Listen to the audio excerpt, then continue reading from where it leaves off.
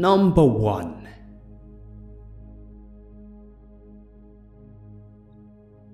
Someone was definitely in my house. I was maybe around 13 to 14 years old at the time, and I was recently granted the privilege of staying home alone. Every now and then, when I was home alone, I'd hear sounds coming from upstairs, so I would instinctively call my mum. She then told me a story of how she used to hear things in her old house all the time, and how it's just a house settling in. Fast forward to many instances of sounds later, I decided that the very next time I was going to be home alone, I was going to be completely silent and make as little noise as possible. Within the first half an hour, there was nothing, not a peep out of the entire house. I eventually got bored and felt safe, so I went to go grab the TV remote to watch some TV. But a few seconds before I grabbed the remote, I heard a huge crash upstairs and running footsteps. I was sure more than ever that someone was in the house. By now, there were plenty of consistent sounds coming from upstairs, that it was a fact that someone was upstairs. 14-year-old me decided to hatch a quick plan. Being the skinny, most non-threatening little girl that I was, I first grabbed a kitchen knife. Then I grabbed a shoe and propped open the front door. And after a few moments of some deep breaths, I yelled out in the deepest voice that I could. "I know you're upstairs. I'm giving you a chance to leave without me calling the police, but I have propped the front door open and I will be in the bathroom. Be aware that I'm holding a knife, and if you refuse to leave, I will call the police." Sure enough, I walk into the bathroom with my knife, absolutely scared to death that someone will open the door. I wait and I wait, until the one sound that to this day will always scare me for this reason. I heard the front door close, and the shoe that I used to prop open the door was moved. I quickly locked the door and turned on the alarm system. I hope to never see this person or even hear this person ever again. Number 2.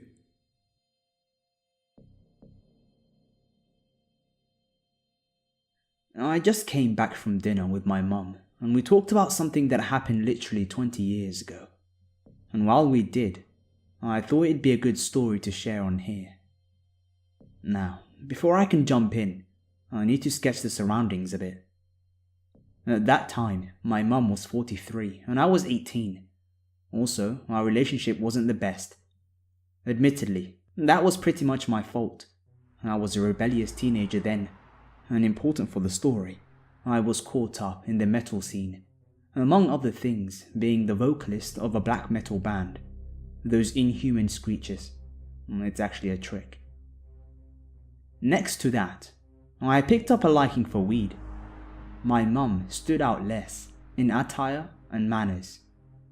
Although, and yes, this is important too, she likes the color blue, and she had long blonde hair. Behind our own house stood a house owned by social services, an organization that provided sheltered living. So, in that house lived 3 men, Abe, Bart, and Carl. Abe and Bart were obviously in need of help, but completely harmless. Carl was, even in that company, special. Not on first sight. He was rather a diminutive guy who dressed well. But well, if people are really detached from reality, you just have to look at their eyes to know. Now, Carl might have been heavily medicated, and he was still batshit crazy. I don't really know what was the problem, I'm not a psychiatrist, but in a nutshell, he suffered religious delusions and was convinced that some people were angels, demons, or characters from the Bible. I didn't know that, but in hindsight, let me give you a rundown of how I looked when I returned home from a show. Long hair, a beard, rather muscular build, a black frock like monks wear, studded leather belt, and arm bracelets, with a big pentagram around my neck, and I went full out corpse paint. So, in short, after seeing me walk around like that a few times, and hearing the frequent arguments my mum and I had, Carl became convinced that I was a literal demon. And here comes the catch, that my mum was the Virgin Mary, blue clothes, long blonde hair, remember? And he thought that I wanted to abduct her into hell. But he was using his medication, and he wasn't a danger to anybody. Until, on a hot summer day, I got a visit from the police because I had gotten in a fight. So what did my mum do? She invited the cops to sit at the yard while they talked to me. To Carl, that was somehow the straw that broke the camel's back. The cops leave, and I succeeded in convincing them that I just happened to be near the fight, and my mum and I started to argue. And at that same moment, Carl starts skipping his medication. And a week later, I have a show in a neighbouring city, so around 3 AM I return. Because I wasn't that stupid, I didn't drink or smoke before getting in my car, but I was planning on doing that afterwards. And in the car were two of my bandmates, Andres and Quinton. I go inside. My mum is fast asleep, and I get a few beers while they sit in the garden. Smoking had to happen outside, and it was pretty hot anyway. We sit, chat, smoke, drink. All is great. Until Carl decides to act. "What the fuck?" said Andres. He pointed at the hedge at the end of our garden. All three of us, intoxicated by then, watched Carl, dressed in a white gown, with an aluminium circle on his head, wrestle himself through the hedge. "What do you think you're doing, mate?" I said. "Be gone, forces of evil," he shouted, waving at us with a rather large cross, like as long as my arm. At that moment, I admit we didn't know what to do. If you think about it, he probably took our shocked looks as a sign that his cross worked. So he runs to my open back door. My clue to run behind him, screaming at him to stop. He enters my house, shrieking that he's coming to save the Virgin Mary. Now it gets weird. My mum wakes up from all the shouting. She wore white PJs and had her hair loose. Carl must have thought that she descended from heaven, so he bolted up the stairs, falls to his knees and starts praying. The three demons behind him are strangely enough not repelled. I grab him by his scrawny neck, totally ready to go medieval on him. I mean, we had our problems, sure, but this was my mum we're talking about. He jumps up, wrestles himself free, and manages to hit Quinton in the head with the cross. Andres and I back up, look at each other and nod. Carl is going down. "Stop," says my mum, as loud as she can. She walks up to Carl, takes his hand and says, "I think you're seeing things wrong." He looks up to her and starts crying. I mean, ugly bawling. He tells her that he wants to protect her from the demons. My mum says, I know, but that really isn't necessary." I whisper to Andres to call the police downstairs and stay there. "Look, he's just a kid that likes to dress himself up. He's not a demon. I don't really like it either, but it's a game." She motions at me and I lose the frock, the belt and stuff. That stuff was heavy and it got hot. Underneath, I'm only wearing my boxers. I wish I had a picture. Carl is still on his knees crying. My mum is standing before him smiling. Quinton, in full garb, is sitting against the wall, holding his head. And I'm standing in my boxers. I mean, you don't have to be crazy to get confused by that. Carl takes a deep breath. "But you're the Virgin Mary." "I'm a nice lady," she says, "and that's my son and his friends, and you're Carl. It's all okay." He looks at me, then at my mum, stands up and grabs his cross. He looks at his cross and then says, in an almost childish voice, "Didn't I tell you?" After which he makes his way downstairs, through the garden, through the hedge, and back in his own place. Somewhat later the cops show up. We explain everything, and the next day, Carl moved out. That was the story about the man I don't want to meet again. But this is the scary part, and how I know that my mum is, underneath her appearance, very brave and smart as fuck. To conclude, 2 days later, his social worker paid us a visit, telling us what happened in Carl's mind leading up to that night, repeating over and over again of how happy she was that we were unharmed. I, by then, my usual bragging teenage self said, "I would have dealt with him." The social worker shakes his head. Apparently, Carl told him that he didn't only have a cross, he also had a large kitchen knife under his gown.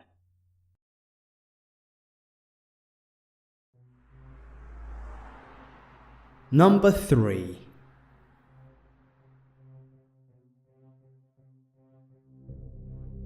The sweet old lady that's our neighbour turned out to be very creepy. To keep it brief, when I was 17, my family and I lived in a rural town in Australia. We moved into a relatively isolated neighbourhood, but about 50 to 100 metres next door lived a single old lady. When we moved in, she seemed nice enough and introduced herself, etc, etc. She always seemed a tad nosy and asked a lot of questions, but I put it down as what lonely old people do. She seemed sweet, or so I thought. One day, on school holidays, I was home alone and making a sandwich in the kitchen.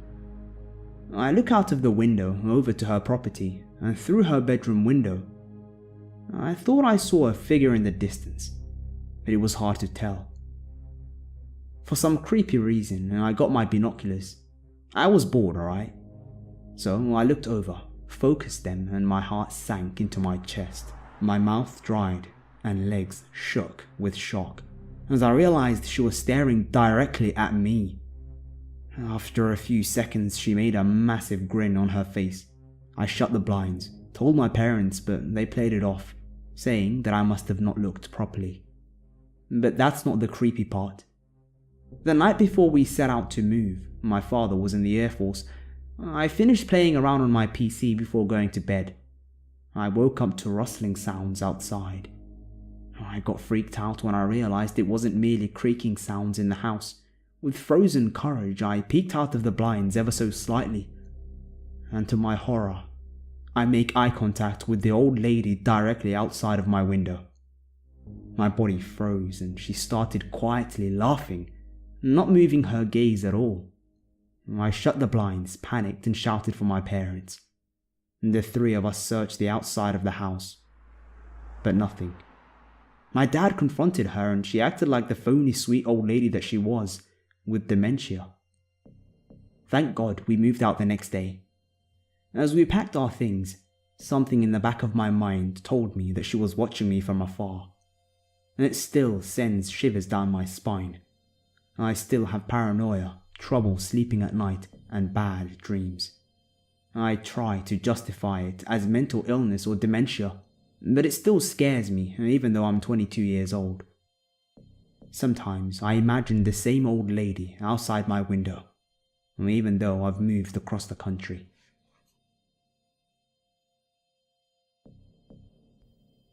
Number 4.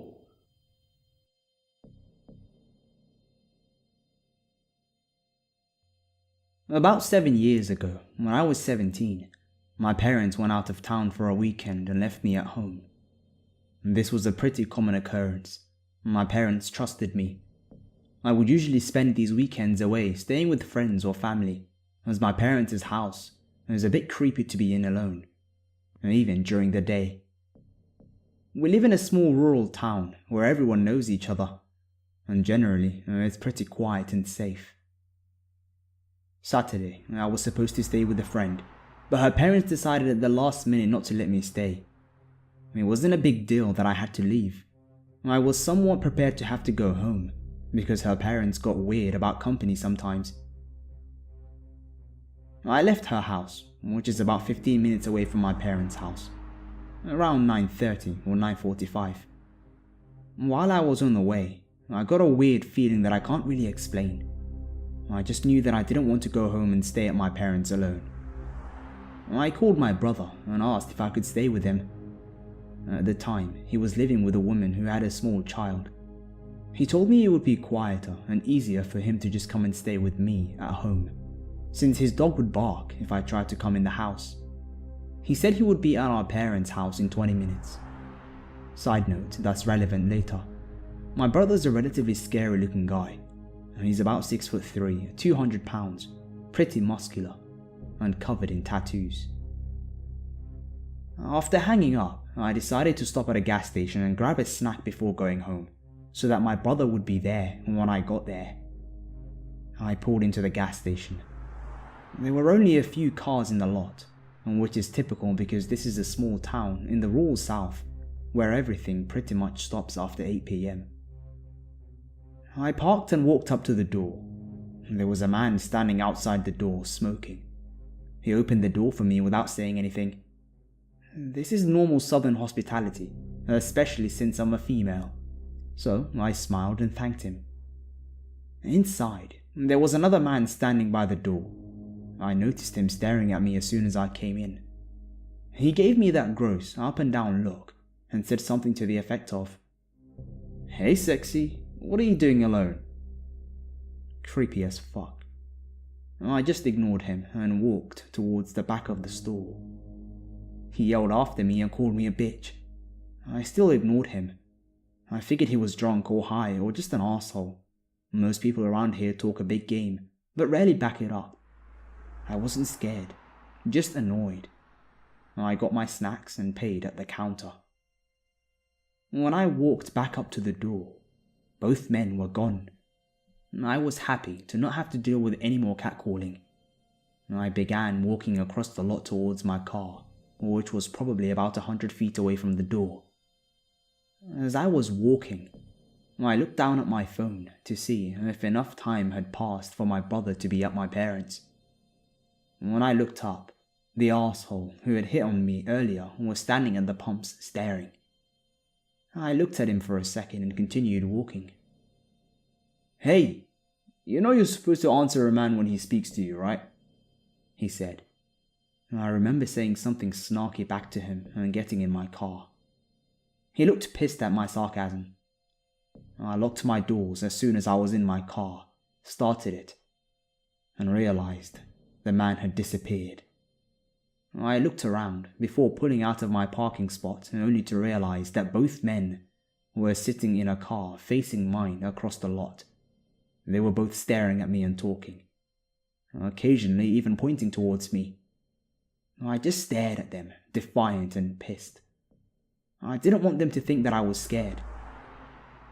While we were sitting there having our staring contest, the man who had opened the door for me smiled and gave me the finger across the throat gesture, as in, "You're dead."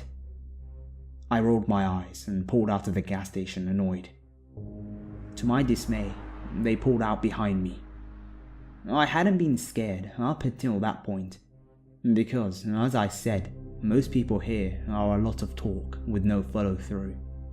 Instead of going home, I took a few back roads that connect back into a sort of a circle to see if they were really following me, which of course they were.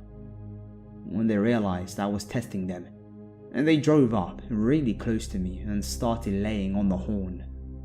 I couldn't see their headlights, they were so close.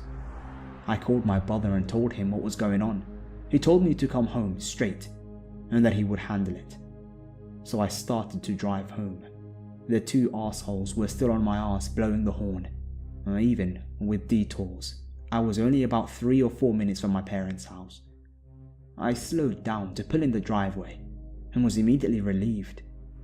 At the end of the driveway, my brother was standing there, shirtless, with his shoulders back, hands crossed in front of his stomach, clearly holding a pistol, his intimidating pit bull sitting by his side. I drove around him into the yard, and the two guys actually started to pull into the driveway behind me until they saw my brother. Then they hightailed it out of there. I have no idea what they would have done if I had stopped somewhere alone or kept driving. I always think fondly of that image of him standing there like a badass, ready to protect me. I'm thankful he was there. Number 5.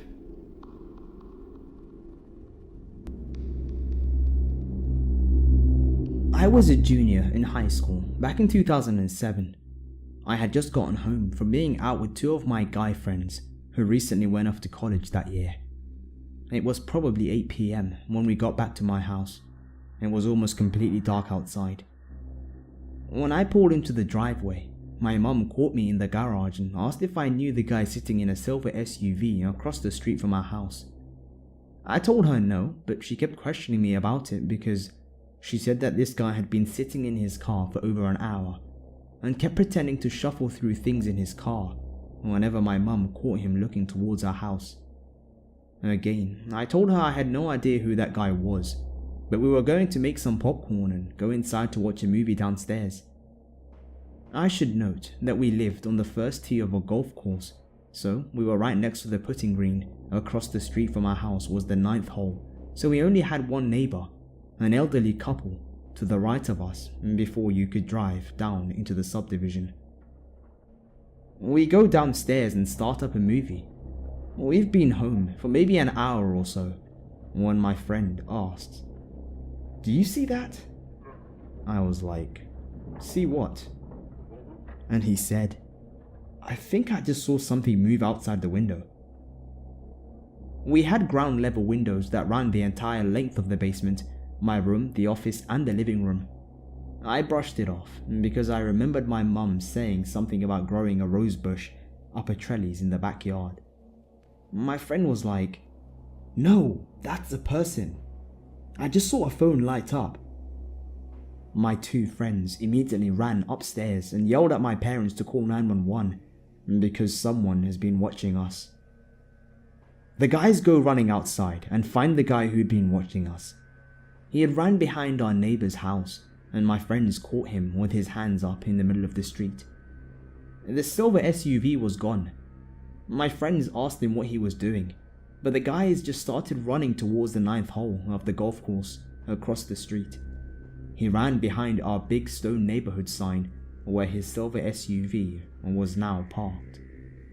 At that point, my friends hop in their car. They dial 911. My mum, while on the phone with 911, runs over to the putting green to try getting his license plate number.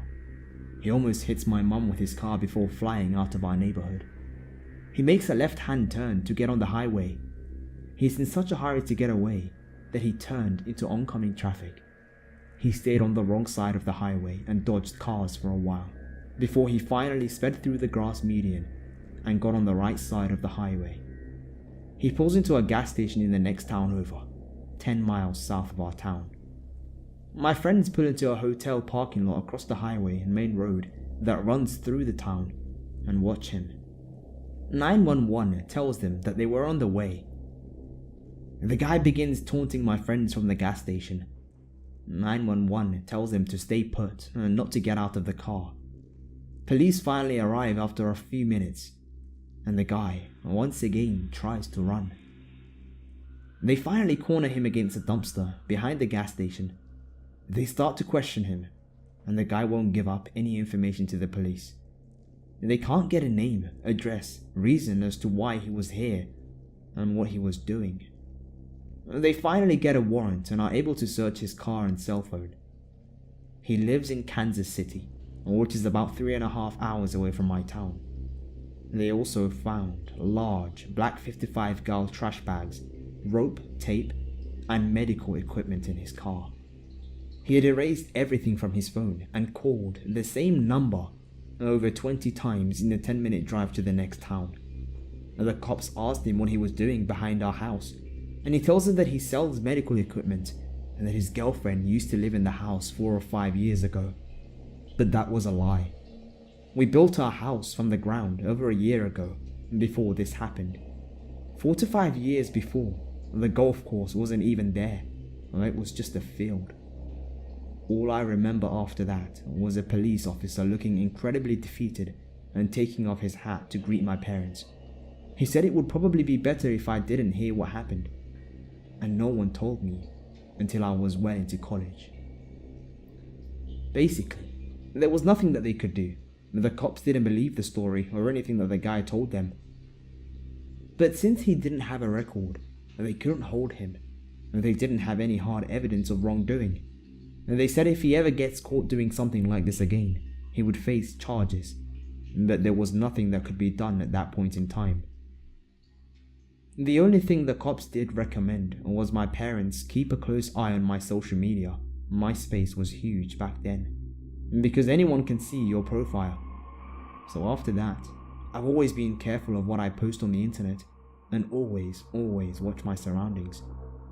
I have no idea what the guy's intentions were, or if he had the wrong house, but that night still sticks with me to this day. The thing that scares me the most is that I've had someone a few times over the years with the same name try to follow me on Facebook and Instagram. It always looks like a fake profile though. I block him and carry on. But I always wonder if the same guy is checking up on me every so often. Whenever I tell my parents this story, I always tell them that if I go missing, it will be him.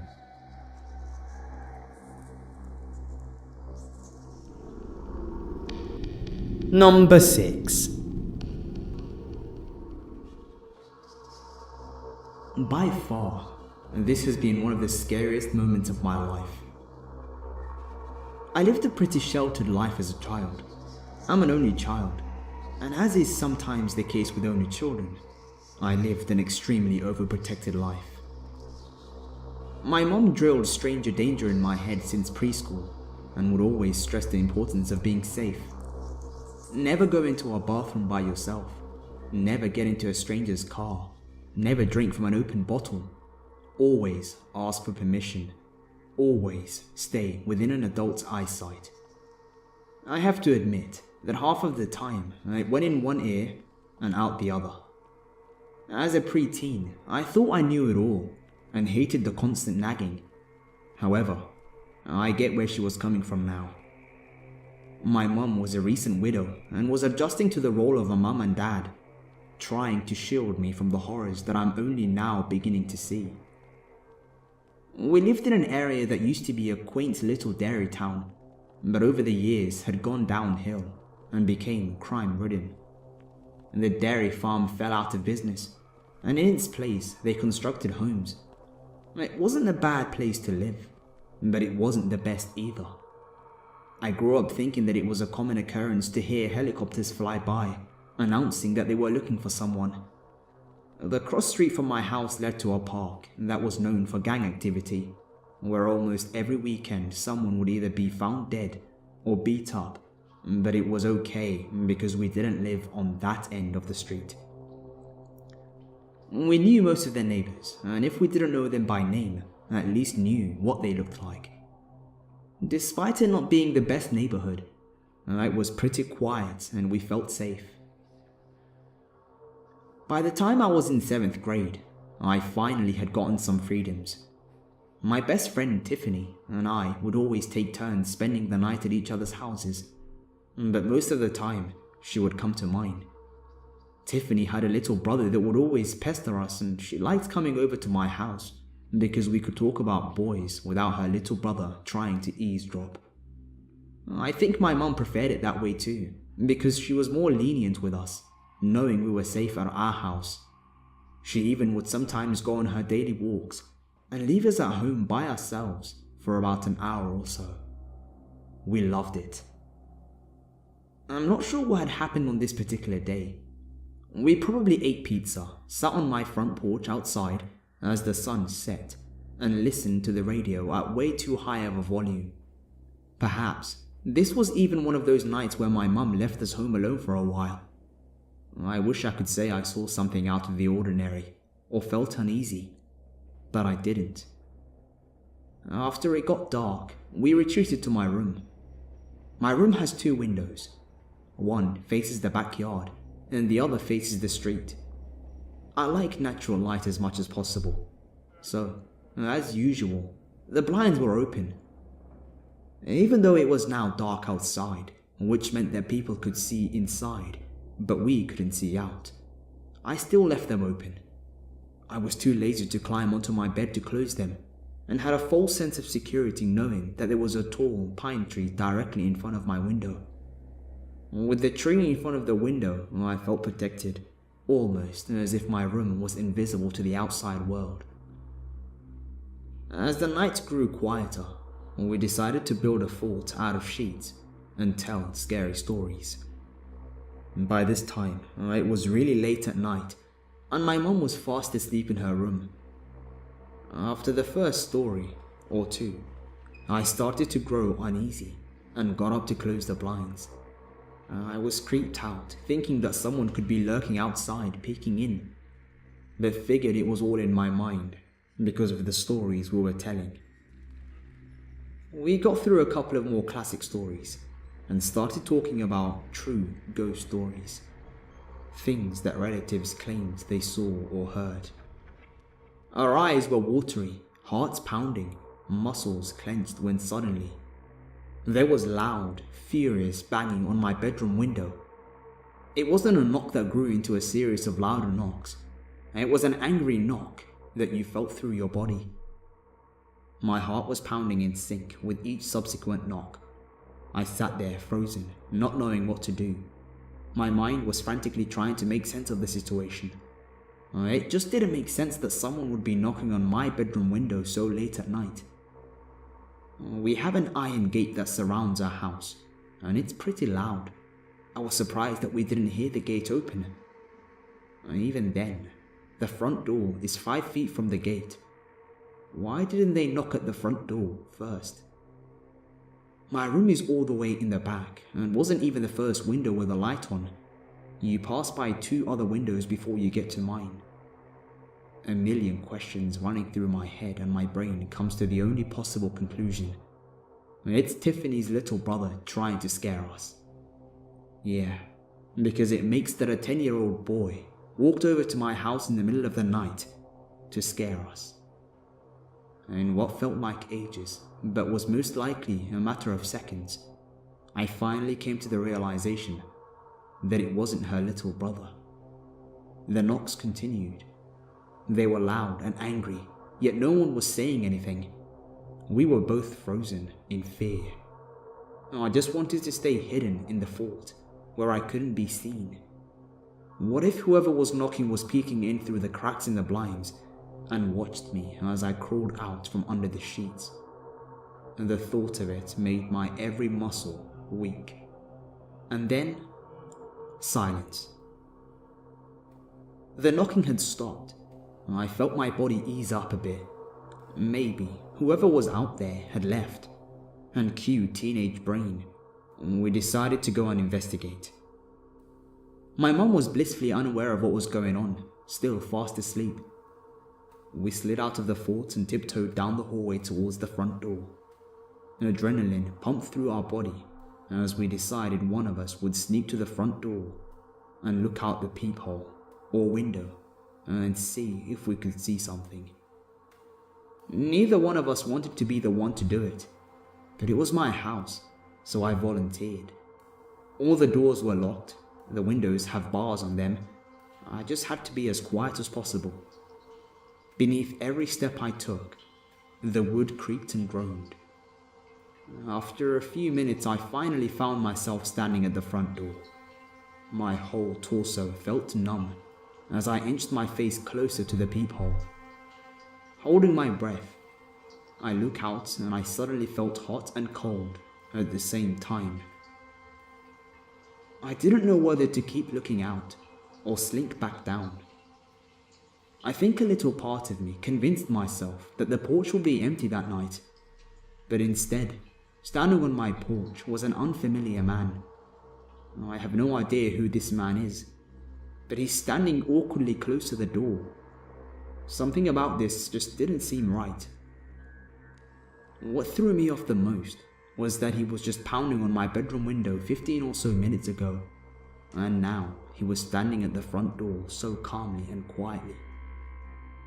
It was as if the roaring avalanche had turned into a falling feather. With my stomach in my throat, I snuck back to the hallway, where Tiffany was waiting for me. All I could say is, "There's a man out there." Immediately she says, "Go tell your mum." It wasn't a question, it was a demand. We ran into her room and urgently told her, "Mum, someone's knocking." She must have sensed the urgency in my voice, because she sprung up and told us to stay in her room with the door closed, and instructed us not to open the door no matter what happened. We stood behind the door for what seemed like ages, just trying to listen. The front door was too far away, so all we heard was silence. Finally, we hear footsteps coming towards us. It was so quiet around us that I could hear my own heartbeat pounding in my ears. I almost had a heart attack when my mum's bedroom door started swinging open. It was my mum. She told us to not worry about it, that the man was gone. And this left me with a million questions. But she was very vague. What did he want? Nothing, don't worry about it. Who was he? I don't know. She shooed us back to bed, and we complied. The adrenaline had started to wear off at this point, and I was now exhausted. We didn't stay up and speculate or talk. That was that, and it was the end of the story. For now. The next day, I was sitting in my room and I hear my mum talking to someone. I've always been a very quiet kid. Even as a baby, people would often forget that I was around. I'm quiet, but I hear everything. I stopped what I was doing, probably downloading music on Napster or something, and listened. My mum was telling her friend about the man from last night. Apparently, she opened the door and through the screen asked the man if he needed any help. The man stammered as if he was trying to think up a story and introduced himself as a neighbor. He said that his mum was sick and he was going around asking for money to help her buy medicine. Concerned, but also trying to poke holes at his story, my mum asked him what her name was, in case my mum knew her. The guy didn't give her an answer, or gave a vague one, I believe, and then pointed in a general direction, saying that they lived at that house over there. My mum didn't buy it. She knew everyone that lived near us, and she'd never seen this man before. She probably should have closed the door at this point and told him that she didn't have any money on her, but she didn't want to piss him off.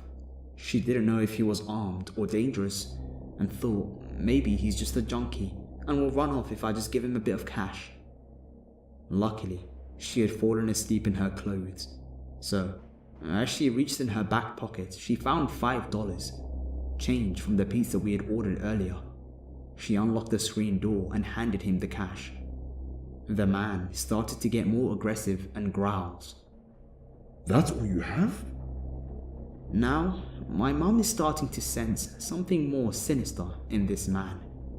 He's not just a junkie, or if he was, he's an aggressive one. My mum then lies to him and quickly tells the man, "Yes, this is all I have. We live day to day here, and $5 is actually even more than I should spare. But your mum is sick and I feel bad. She definitely needs this money more than we do right now." Not satisfied by her answer, he continues to demand more cash. My mum realizes that this man is not taking no for an answer and begins to bluff. She tells him that she'll go and get her husband. Maybe he has some cash on him. "We really don't have any more cash, but maybe my husband has some on him. I would hate to leave a neighbor in need. Your mum must really need that medicine, Tim." All of a sudden, the man's demeanor changes as he mutters, No, it's okay, that's okay. and treks out of there. I don't know what would have happened if the man had called on her bluff, that there was no husband, but thinking a man was present scared the hell out of the guy enough to drive him away fast. I grew cold, thinking that he probably thought that me and Tiffany were home alone. He must have been watching us and planning on breaking in. Cue teenage brain. Oh well, he's gone. Gotta go download that Usher album. I'm not sure if the following event was related, but due to its close proximity to the previous one, I think it's worth mentioning. The following week, I was waiting for Tiffany's mum to pick me up to go to school. We lived 2 houses away, so they would always swing by for me in the morning. I usually would be done getting ready before they arrived, so I would head outside to the front yard and wait for them out there. Sometimes, I'd go climb the tree in the front and look for bird eggs. Other times, I'd just search for leaf clovers. I was walking around, not paying attention to my surroundings, when I hear what I can only describe as what I would imagine a gun with a silencer sounds like. A quiet little pew, followed by a loud noise, which I later realized was glass breaking. Stunned, I looked around. What the hell was that? All I saw was a white van drive by. I looked over at my neighbor's house and noticed that the window to their car was completely shattered. Shards of glass everywhere. I still didn't quite put two and two together until I saw the same white van drive by, the driver staring me down. I felt a sense of unease and wanted to run back inside. For some reason though, I didn't. I had too much pride. I didn't want to give them the satisfaction of knowing that they had scared me. Also, I thought that if I ran inside, they would maybe think that I was a snitch and would retaliate. I played dumb, as if I hadn't noticed anything. They drove by again, and once more after that. I tried not to look at the van as it drove by each time, but each time it drove by, I could feel the driver's gaze on me. Soon after, Tiffany's mum came by and took me to school. I don't know if the van drove by a fourth time. I never told anyone about the van. Luckily, nothing ever happened after that.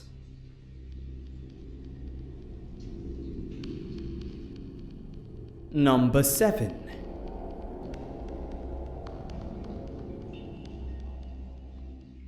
This is a true story that happened to me. So, this happened in our neighborhood when I was about 10, I would say. We lived in a super nice subdivision on a ridge near a marina. The houses were not all right on top of each other due to how the land was, and our house was one of those houses that was right next to the other houses. Our house backed up to a lot of woods that I used to play in. Our neighborhood was plagued one year by a peeping Tom. My mum had talked to some neighbors and several people had noticed the guy creeping about in our backyard or looking in windows.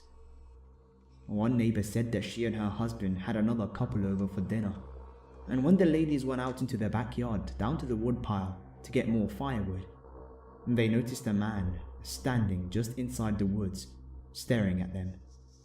They ran to get their husbands, but by the time the husbands came, he was gone. So we were on a lookout, and one night I was in bed, and my bed was on the opposite side of the window in my room. Our house was mostly all on ground level, but my bedroom window was higher from the ground. However, there was a small ledge right under my window that you can stand on and see inside. I used to use that ledge to climb in and out of the window for fun.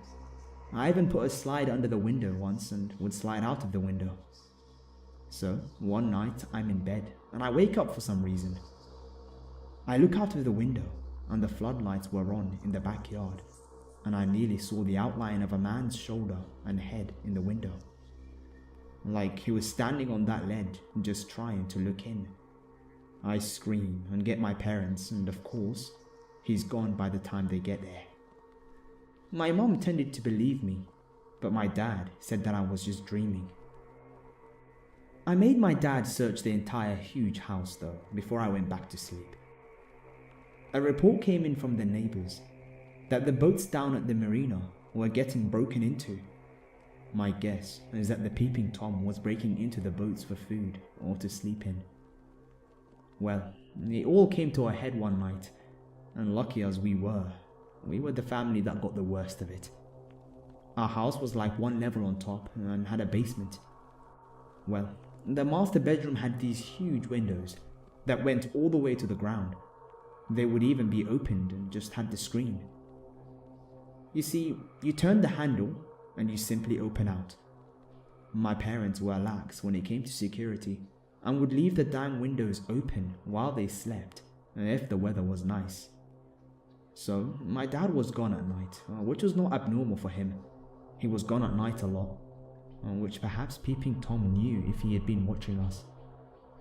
My mum was sleeping in her bed, which was right next to those big fold-out windows which were open. She likes to sleep with the TV on. So, she said she was hearing leaves crunching, and she thought it must have been something on the TV. All of a sudden, it dawned on her. She realized that the sound is coming from outside the window, literally a foot and a half away. Terrified, she jumped up out of the bed and ran and turned on the floodlights out front.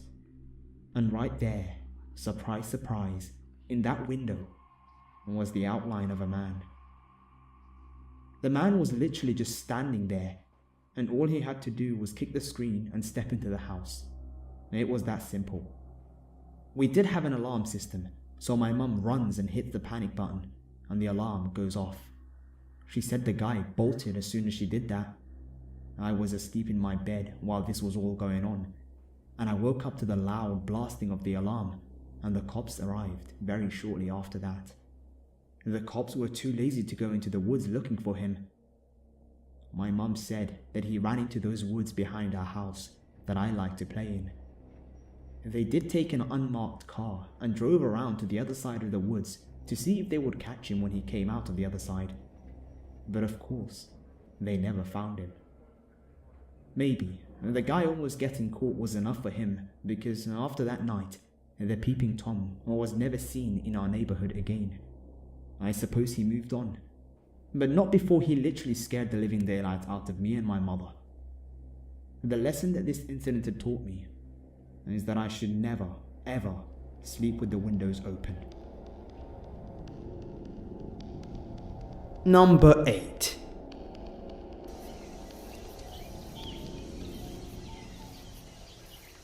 My brother-in-law just heard this story this past Christmas and has been telling my sister and I that we should post it somewhere. And so here it is. I'm surprised that my sister had never told him this story, but it already did scare her at the time. And we never discussed it much after a point in time. And I mean, it was almost 20 years ago that this happened. So, it's an old story, and I'm pretty sure no one is in imminent danger. My family has a property that backs up to a Carson National Forest in New Mexico.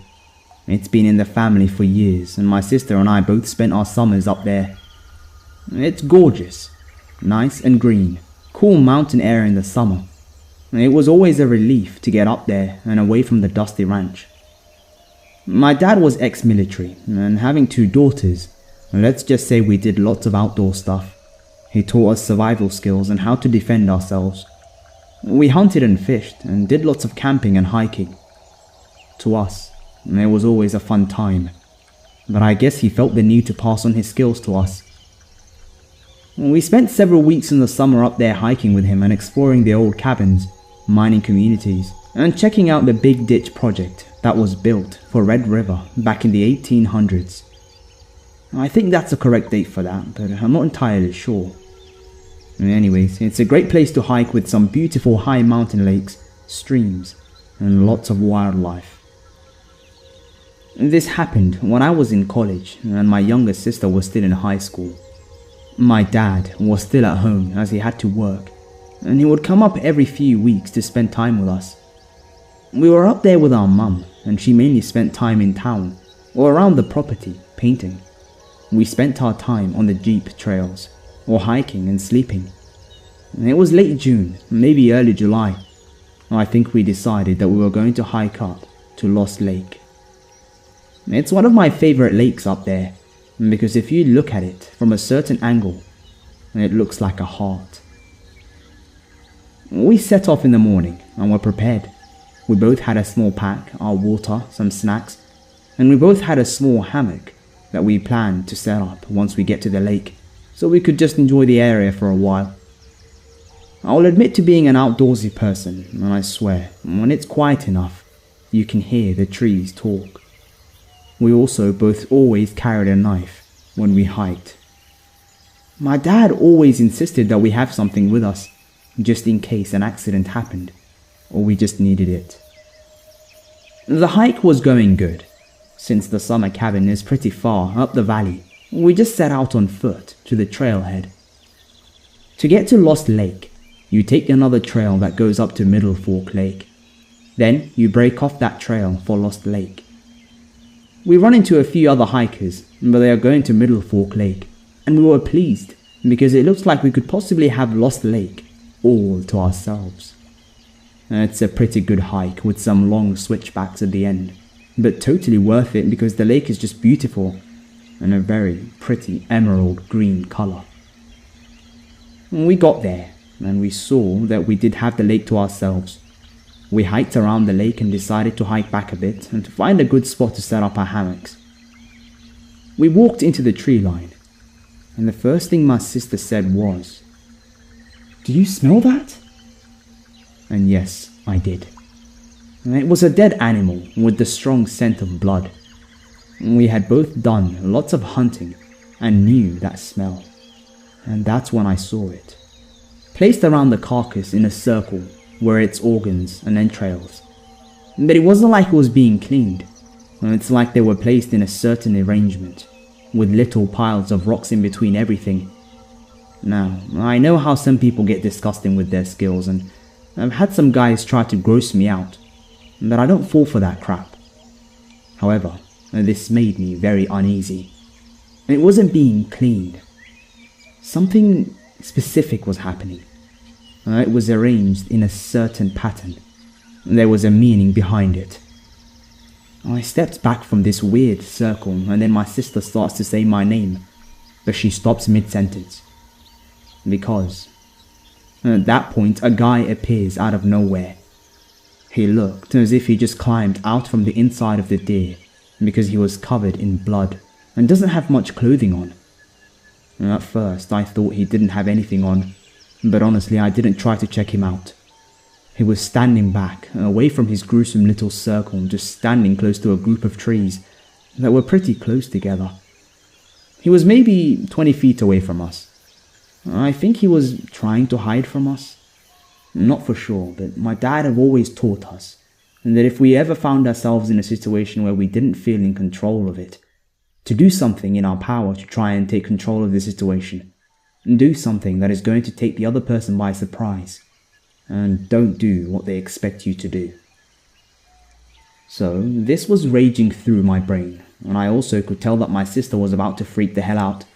So I stepped back and said, "Hey, pretty good kill you got there. Did you use a bow?" The guy just stood there, his eyes all crazy wide, like he was stoked out of his brain on planet Pluto. So I'm thinking, great. We ran into a guy getting his hunt on, and he just lost it and was getting blood crazy with his deer. He was staring me down, and I was staring right back at him, and my sister was getting ready to run. I still don't know what came over me, but by then, I put my hand on my knife that I kept on my waist, just to show him that I wasn't completely helpless, and I wasn't scared. I don't know why I did it, but something told me to let him know that I wasn't going to back down. I kept my eye contact with him, and would guess that he was maybe in his early 30s. I'm pretty bad at guessing people's ages. He was pretty dirty though. You can tell that, even with all the blood that he had everywhere. I start to back off, and my sister had moved behind me. So I spoke again and said, "So, you having a great hunting day?" And again, the crazy man didn't say anything. He just stood there like he was a statue or something, or like he thought that I couldn't see him if he didn't move or make a sound. We moved back to the lakeside again and booked it around the lake. My sister stayed up front and she was shaking pretty bad. I was mainly pissed off at first because if he wanted to get all crazy in the woods with his deer, then he should have gone further back into the forest. We get back to the trailhead and stopped to get our bearing and looked at each other.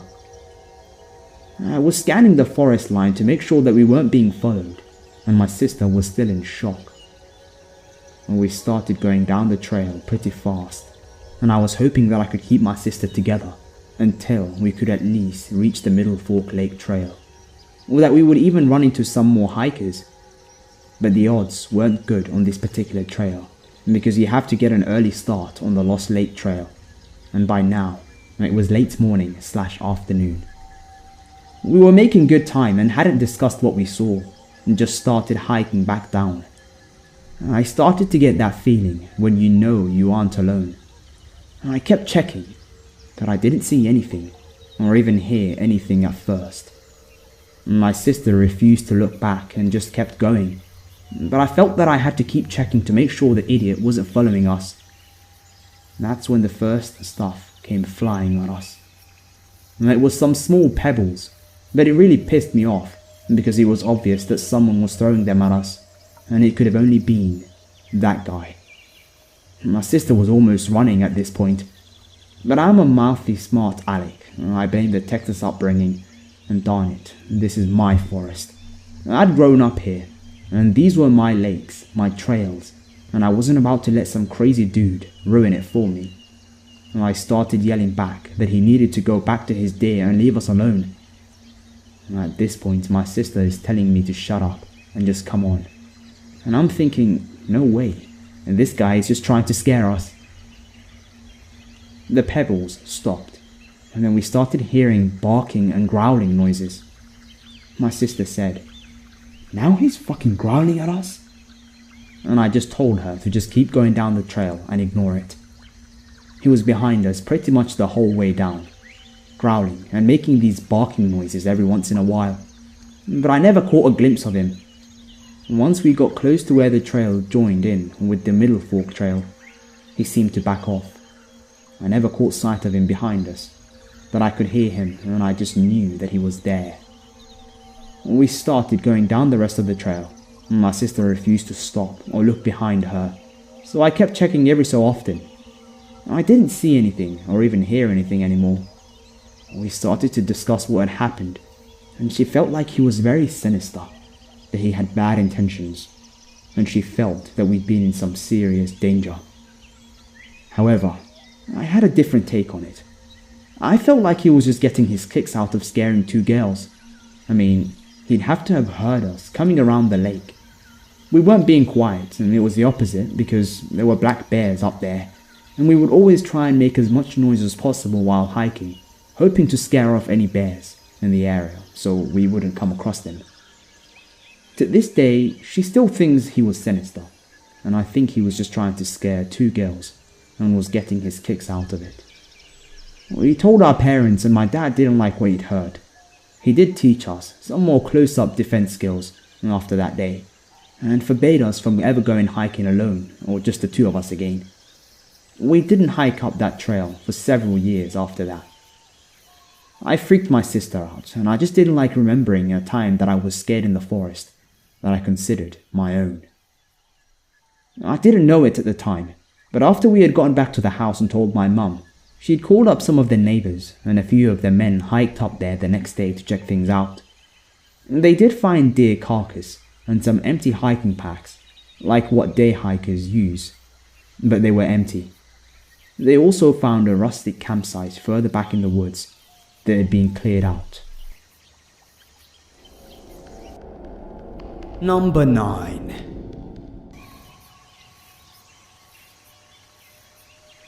I don't really know how to start this, so I'll just jump straight into it.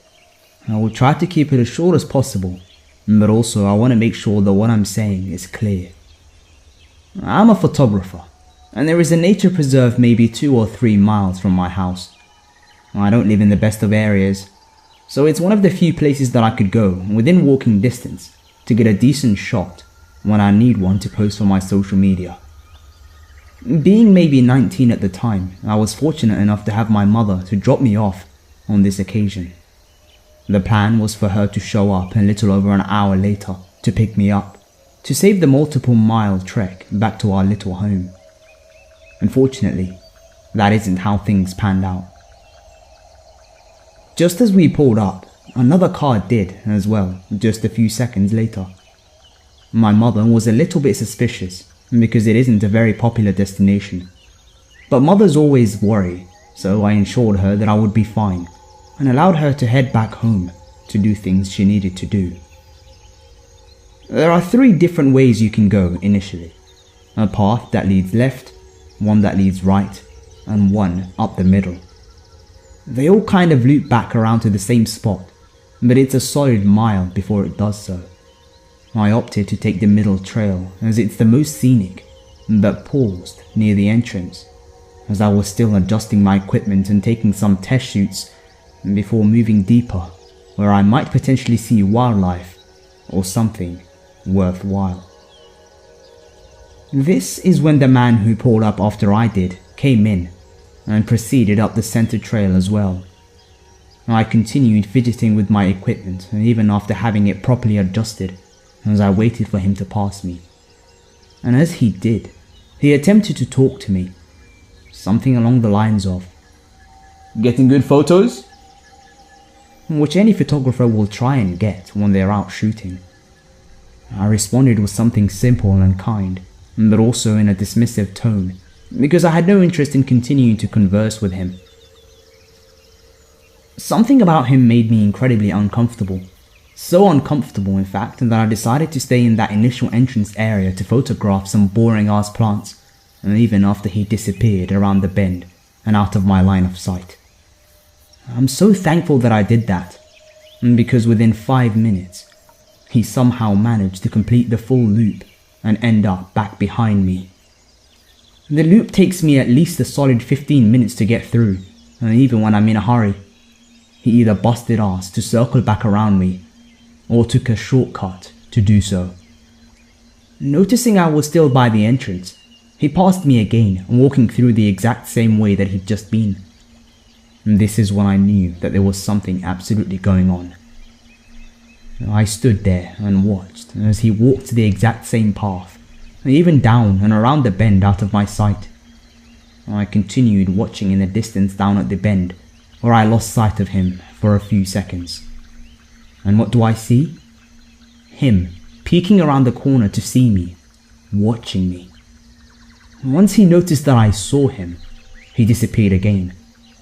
This is when I simply said, "Fuck this shit," and I left. As soon as I exited the preserve, I took off in a full sprint, hoping that I could put some distance between the two of us. Just as I was about to turn down the side street, I turned back to see him exiting the preserve and entering his vehicle. My phone was dead. I never charged the damn thing, and I had absolutely no way to contact anyone.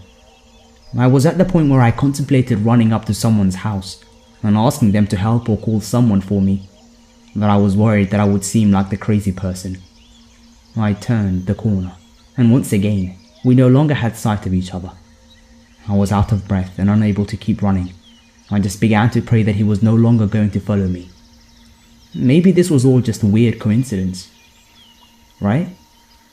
Apparently, prayer doesn't work, because within a few moments he was back in sight, turning the corner and beginning to approach on the same street that I was on.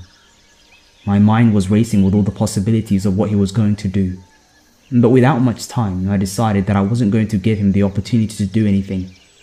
I continued walking until he literally pulled up within a feet of me, and his window began rolling down. I threw my bag down onto the ground next to me, turned in his direction with bold fists, and shouted with the full power of my lungs, "I will kill you if you don't get the fuck away from me." The angry little scowl that he had on his face this entire time faded and began to resemble more of a deer in a headlight. He didn't know what to do. He then nervously uttered, "You know, I have rights," before speeding off to never be seen again. I then had to complete the walk to my home, constantly looking over my shoulder and hoping that he didn't make another approach. I'm just glad to have made all of the decisions I made that day, because I genuinely have no idea what would have happened on that day if I didn't. I do not know if this story will come across as horrifying as it was in person, but if it doesn't, then it's simply a failure of my writing ability, because it was a truly terrifying experience that I will never forget.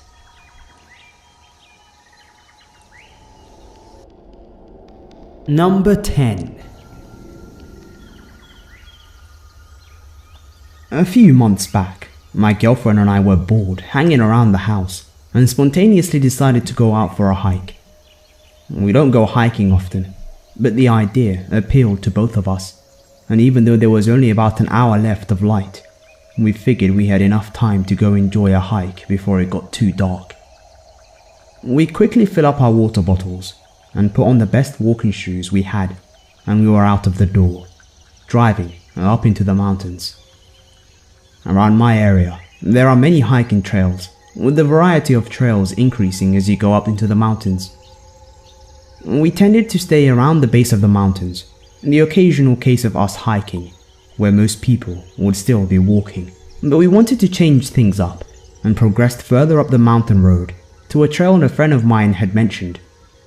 We kept in mind our time and figured that we could hike for a bit and simply enjoy the new environment for us and finish up before it was too late. We arrived at the trailhead and see that there were no cars left along the road where the trail commences, but didn't think much of it due to the time. We still had a good 45 minutes until dark, so we continued on. We start walking down a fairly steep hill that then recoups the elevation at the bottom with an equally steep hill that you have to ascend. We reach the top and then it's smooth sailing from there. We see a lone coyote off of the trail a ways off and some rabbits, and I made a quip about how those rabbits might need to be careful with that coyote lurking around. My girlfriend then playfully hit me for that one. Approximately less than a mile into the trail, we see a large fallen tree that made a bridge over a dried riverbed and decided to take a rest, climb around it and take pictures. We're there for about 10 minutes and then resume hiking. We continue on the trail for a short distance until she hears a rustle in the trees behind us. We stop, mildly spooked due to the assumed size of whatever made the rustling, but continue on briefly before she decides she's done and that we need to head back. It's twilight now, so I agree with her and we turn back around to go back to the car. When we made it back to the fallen tree, my shoe had untied, so I used the trunk to fix my loose laces and looked behind us for the first time on the hike. Uncharacteristic for me, but hey, I was having fun, why be paranoid? However, as I turn around, I see a person dressed entirely in black and with their hood on that was a significant distance behind us, walking at a slow, even pace. And it wasn't something out of the ordinary. So what if they were wearing black with their hood on? I wear black most of the time and it's cold out. I shouldn't be making assumptions. This does trigger me to be more alert, however, and I inform my girlfriend of this person's presence. It's now dusk. We continue on at an intentionally faster pace and go through a windy section of the trail, and I lose sight of the person. When we come around the final bend of the section, I figured they are far behind us and that there is nothing to worry about. Sooner than later the person is behind us again, but much closer, probably 50 feet in comparison to 100 feet before, and we had increased our speed, so this alarmed us. We briskly walk around another bend, and as soon as we came around it, we book it. And it seemed to be a natural reaction on both of our parts, as we just started running without a word said to initiate it. We were nearing the trailhead now, with only the hills to deal with. We catch our breaths for a moment, and I turn around again. And I see the person seemingly halt a sprint upon noticing me looking back, as if they were trying to uphold the illusion of simply walking. And at this point I shout, "Go!" and we sprint down the hill. What little light was left struggled to make its way through the dense trees surrounding us, and the steep hill proved challenging to run down without a clear path to be seen. We both stumbled down the hill, almost falling multiple times and slamming our feet onto rocks and loose brush. But we didn't fall, and we didn't look behind us. We make it to the bottom, but must continue up the initial hill, and then we will have made it. We persevere up the incline and make it back to our car. I briefly breathe in relief as I start my car, heart pounding and adrenaline racing. As I reverse onto the road, the person emerges at the trailhead, apparently breathing heavily. We finally get a glimpse of him.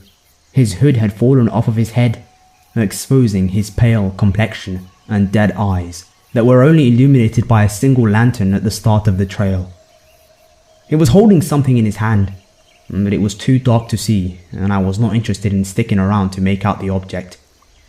I shifted to drive and accelerate as fast as my car could muster, leaving him behind in the dust of the empty side of the road. Night trail stalker dude. Let's not meet. Number 11.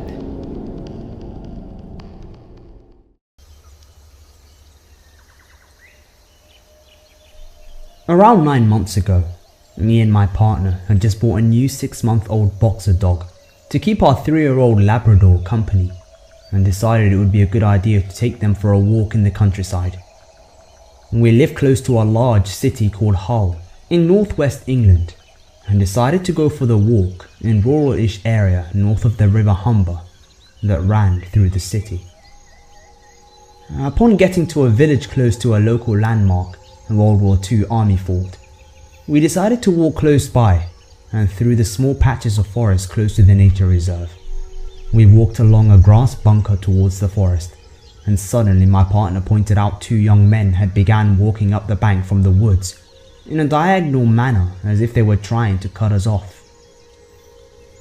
From close by, I wondered if the 2 young men were attending some sort of a World War II reenactment, as they were both wearing camouflaged pants and were also covered in dust and dirt. I thought nothing of them both, but I was sure that they would pass us, and that as they grew closer, it appeared they were aimingly walking towards us. They were at least 10 feet away when they stopped, and one of them spoke up. The way he spoke still bothers me to this day, as he seemed to have a disregard for manners or even trying to make sense. The young man wanted to know where we were planning on walking, and we told him that we were not really sure and would just see where we ended up. He then looked disappointed by this and suggested that we should take his route, which went through the forest to what he described as a great place to sightsee and sit, as there were benches to sit down on. While the young man was telling us this, the other boy kept his eyes on our 2 dogs the entire time, and as if he wanted to make sure they were always in his sight at all times. We did not have much knowledge of this area and had not seen any other dog walkers, so we took the young man's advice after they pointed to an opening in the woods. So we walked into the forest. The woods cast out about 30% of the sunlight, and as I looked back, I saw that the young men had not walked off, but were just watching us walk into the forest. The track looked as though it was man-made, as it seemed to be the only walkable area throughout the forest. About 2 minutes into the trek, our Labrador began sniffing behind a bramble bush, which at first we thought nothing of, as both of our dogs sniff everywhere that they can when we walk them. However, she began sniffing in one specific spot and started rolling on the floor. We went over to her and saw that she was sniffing some sort of a shattered rubber pig mask with brown red liquid on it. And it looked disgusting, and my partner forced the dog away from it, as it looked as though flies were crawling all around it. Further into the walk, the woods had turned into a long path of trees and bushes that had become very narrow, but we could see a turn far ahead, and we agreed that if it led nowhere, that we would turn back. I walked ahead, and I was on my phone preparing to take a photo of the woods when I felt several small pricks on my neck, chin, and part of my face. I let out a gasp to alert my partner, and he told me to stand still in an alarmed way, followed by him carefully removing thin pieces of string away from my face.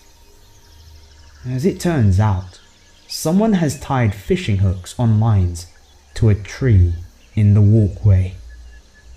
It's safe to say that we were both terrified, confused and angry at the same time. After this point, we hurried back to the car and left back home. I don't want to sound cliche or anything, but as we drove off, I swear I could see someone through the back mirror peek out into the road. I'm not 100% sure whether or not the person who laid out the fishing hooks were the people that we talked to earlier, those young men, although it would make sense. But nevertheless, I hope I never meet those guys again.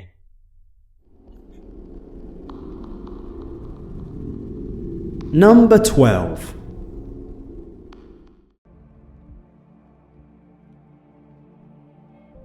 So, back in February, there was a man that looked homeless walking up and down my street. My partner and I were outside working in the yard, so we paid a little attention but didn't think anything of it. The next day, he showed back up. He walked up my driveway and camped on my porch. When we asked what he was doing, he said he was going to fix this place up real nice and get himself a dog and some flowers in the front. We asked him to leave, to which he answered, "No, I live here now. I have the papers giving me permission to live here." He then handed us a change of address form from the State Housing Authority, where he changed his mailing address to mine. This was not a permission to live at my home, but letting them know to send his mail there. I should point out at this point that I don't know this guy. I've never met this man. Neither has my partner. We asked him to leave again or we would call the police, after getting a picture of the form.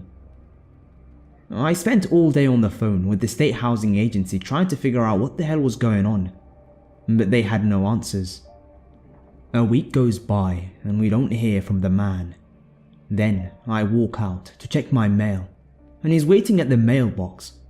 He opens it every few minutes, but the mail hasn't come yet. He tells me to leave him alone, and this doesn't concern me. He doesn't want to talk to me. He's just waiting for his check, and then he's going to go home. To which he then pointed at my house. I remind him that he doesn't live there and start dialing the cops. He takes off, swearing at me the whole way. The cops ask me if he's on the property currently, and when I say no, they say to call back when he is, and they will come out. I also put a hold on my mail that day, because I don't know if he was stealing it. A few weeks go by and strange things are happening around the outside of my house. My trash cans get taken to the street and brought back. My weeds are pulled. My lawn furniture is rearranged, but I don't see the guy anywhere. The cops offer to add more patrols, but unless they catch him on the property, they won't do anything. They start to act like I'm going crazy because I'm calling them every day. At one point, the officer that came out after I found threatening notes taped to the front door asked me if I can prove that this person doesn't live here, because he said, "This sounds like a domestic dispute. We don't handle those." I start to feel like I'm going crazy. Finally, after about a month of this, my husband and I come home from a late dinner out with my friends. We walk into the house and smell shampoo. Then we hear the shower. Then we hear the sounds of someone talking. We turn around and leave. We get in the car and park it at the end of the street to call the cops and watch the front door. The cops come. They have megaphones and keep telling the man to come out of the house with his hands up. No response, so they charge the front door and drag him out of the shower.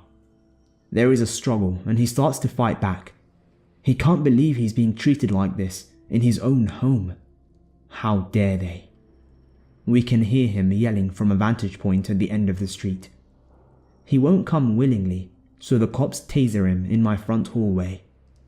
That was his final complaint. They grab my husband's shoes from next to the door and tell him to put them on, and they march him out to the waiting police car. After filling out all of the reports, we were allowed to go back into the house. He had smashed out all of our windows, so there was glass everywhere. He ate the leftover chicken parm in the fridge. In my bedroom, my bed is messed up. He'd slept in my bed. My clothing is all over the floor because he emptied my dresser to put his things in. We had just put our dog down a few months before, and the urn was on the table. He broke it open and spread the ashes all over my bedroom and bathroom, which might be why he was taking a shower.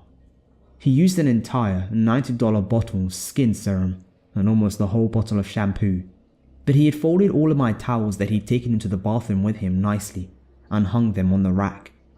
Thank God he didn't hurt my cat. He's currently in jail on 3 charges: breaking and entering, assaulting an officer, where he fought the cops, and destruction of property. His trial is next week. I've been in touch with the DA and the arresting officer. Both of whom have spoken with him. He's pissed he's in jail and keeps telling them to let him out because no one is watching his house and he doesn't want it to get broken into. I'm still getting his mail. Number 13. This story is very detailed, and maybe all the backstory isn't entirely necessary, but it's the only way that I can really tell the story properly enough for you all to understand, or for me to tell it easily. I do sincerely apologize for the length if it's too long. In 2010, I gave birth to my middle child. He was born with some serious health issues and ended up being hospitalized for several weeks when he was only a couple of weeks old.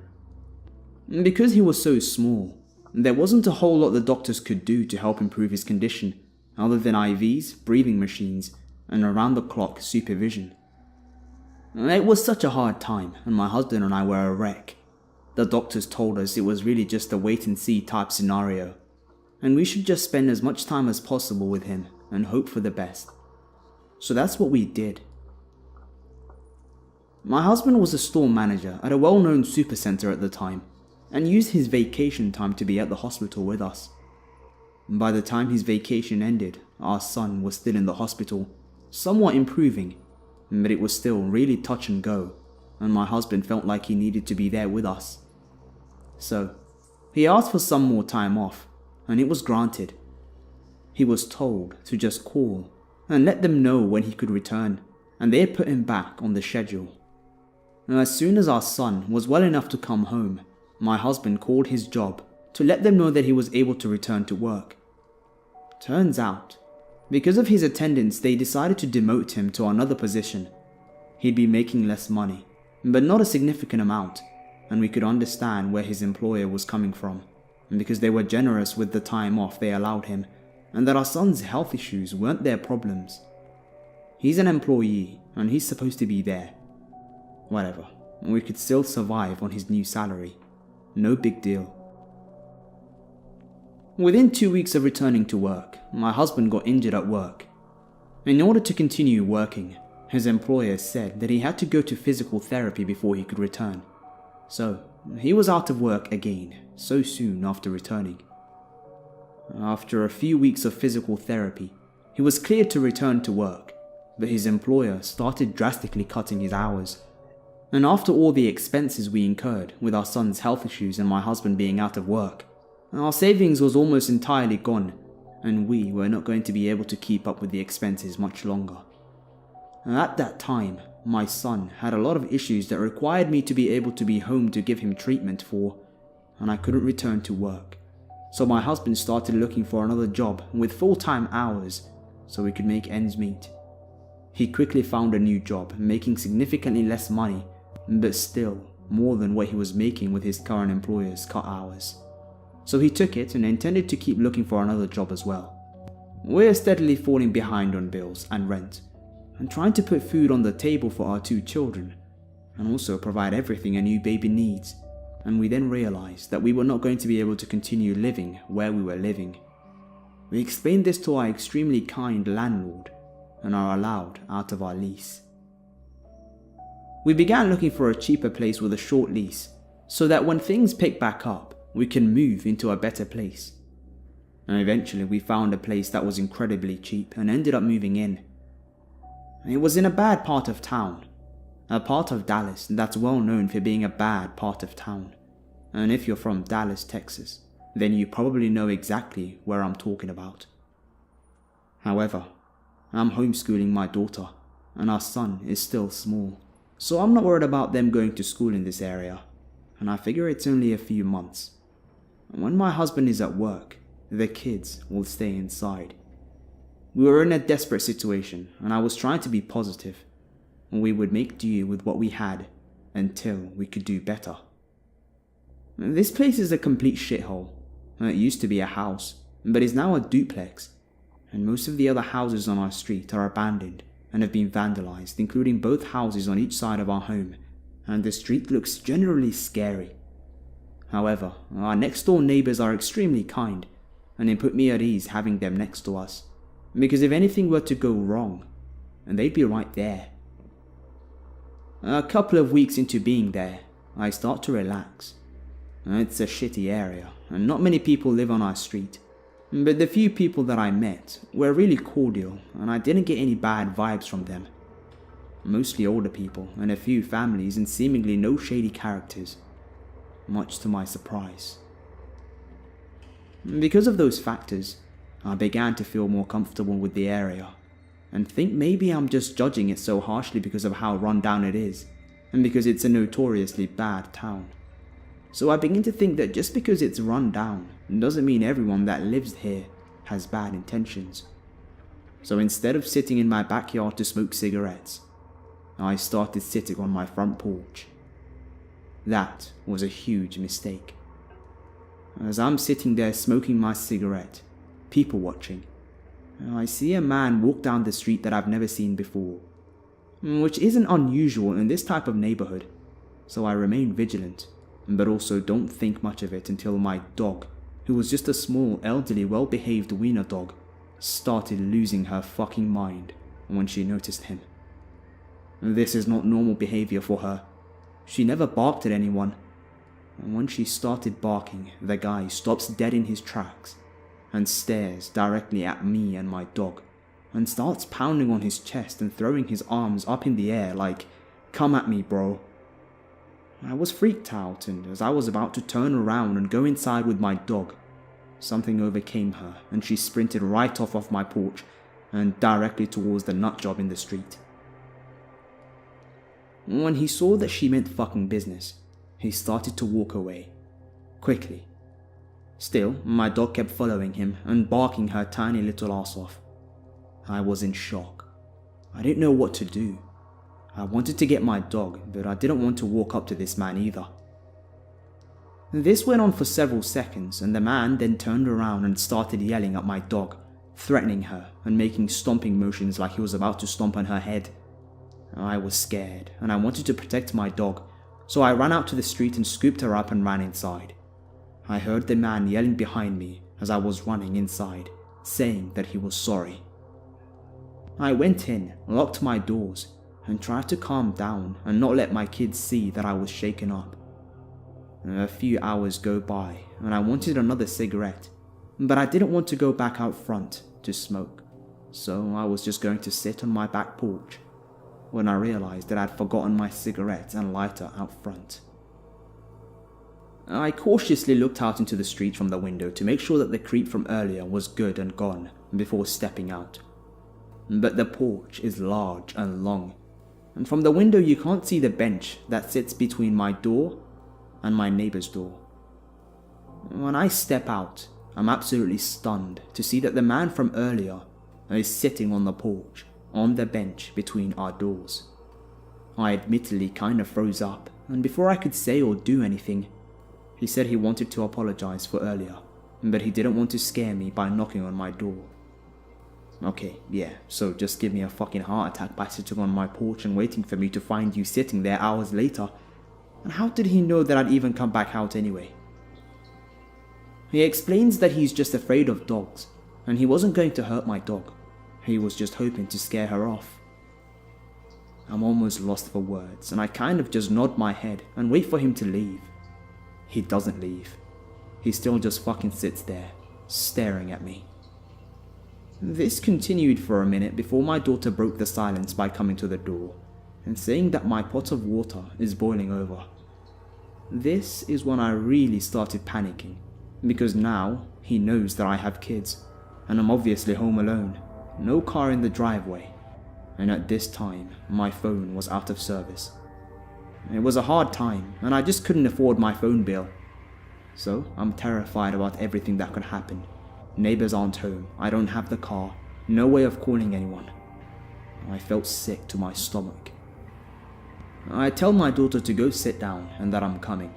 I tell the man that I have to leave and go, and I book it into the house faster than I've ever moved in my life. I keep looking out of the blinds for the man to leave. After about 5 minutes, he walks away. 10 minutes later, there is a knock at my window. Yes, my window. I peek out, and it's the man. I reach over to the fireplace, grab my fire poker just in case, and I very, very slightly crack the window. He asks if dinner is done and if he can have some food. I tell him that I don't have enough and I'm sorry.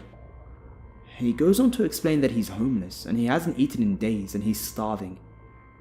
I know it's really stupid, but I have a soft spot for helping the homeless, and I hate seeing people go hungry. So I told him that if he could go and stand across the street at the park while I put a plate of food on the porch for him, that I would give him something to eat and drink.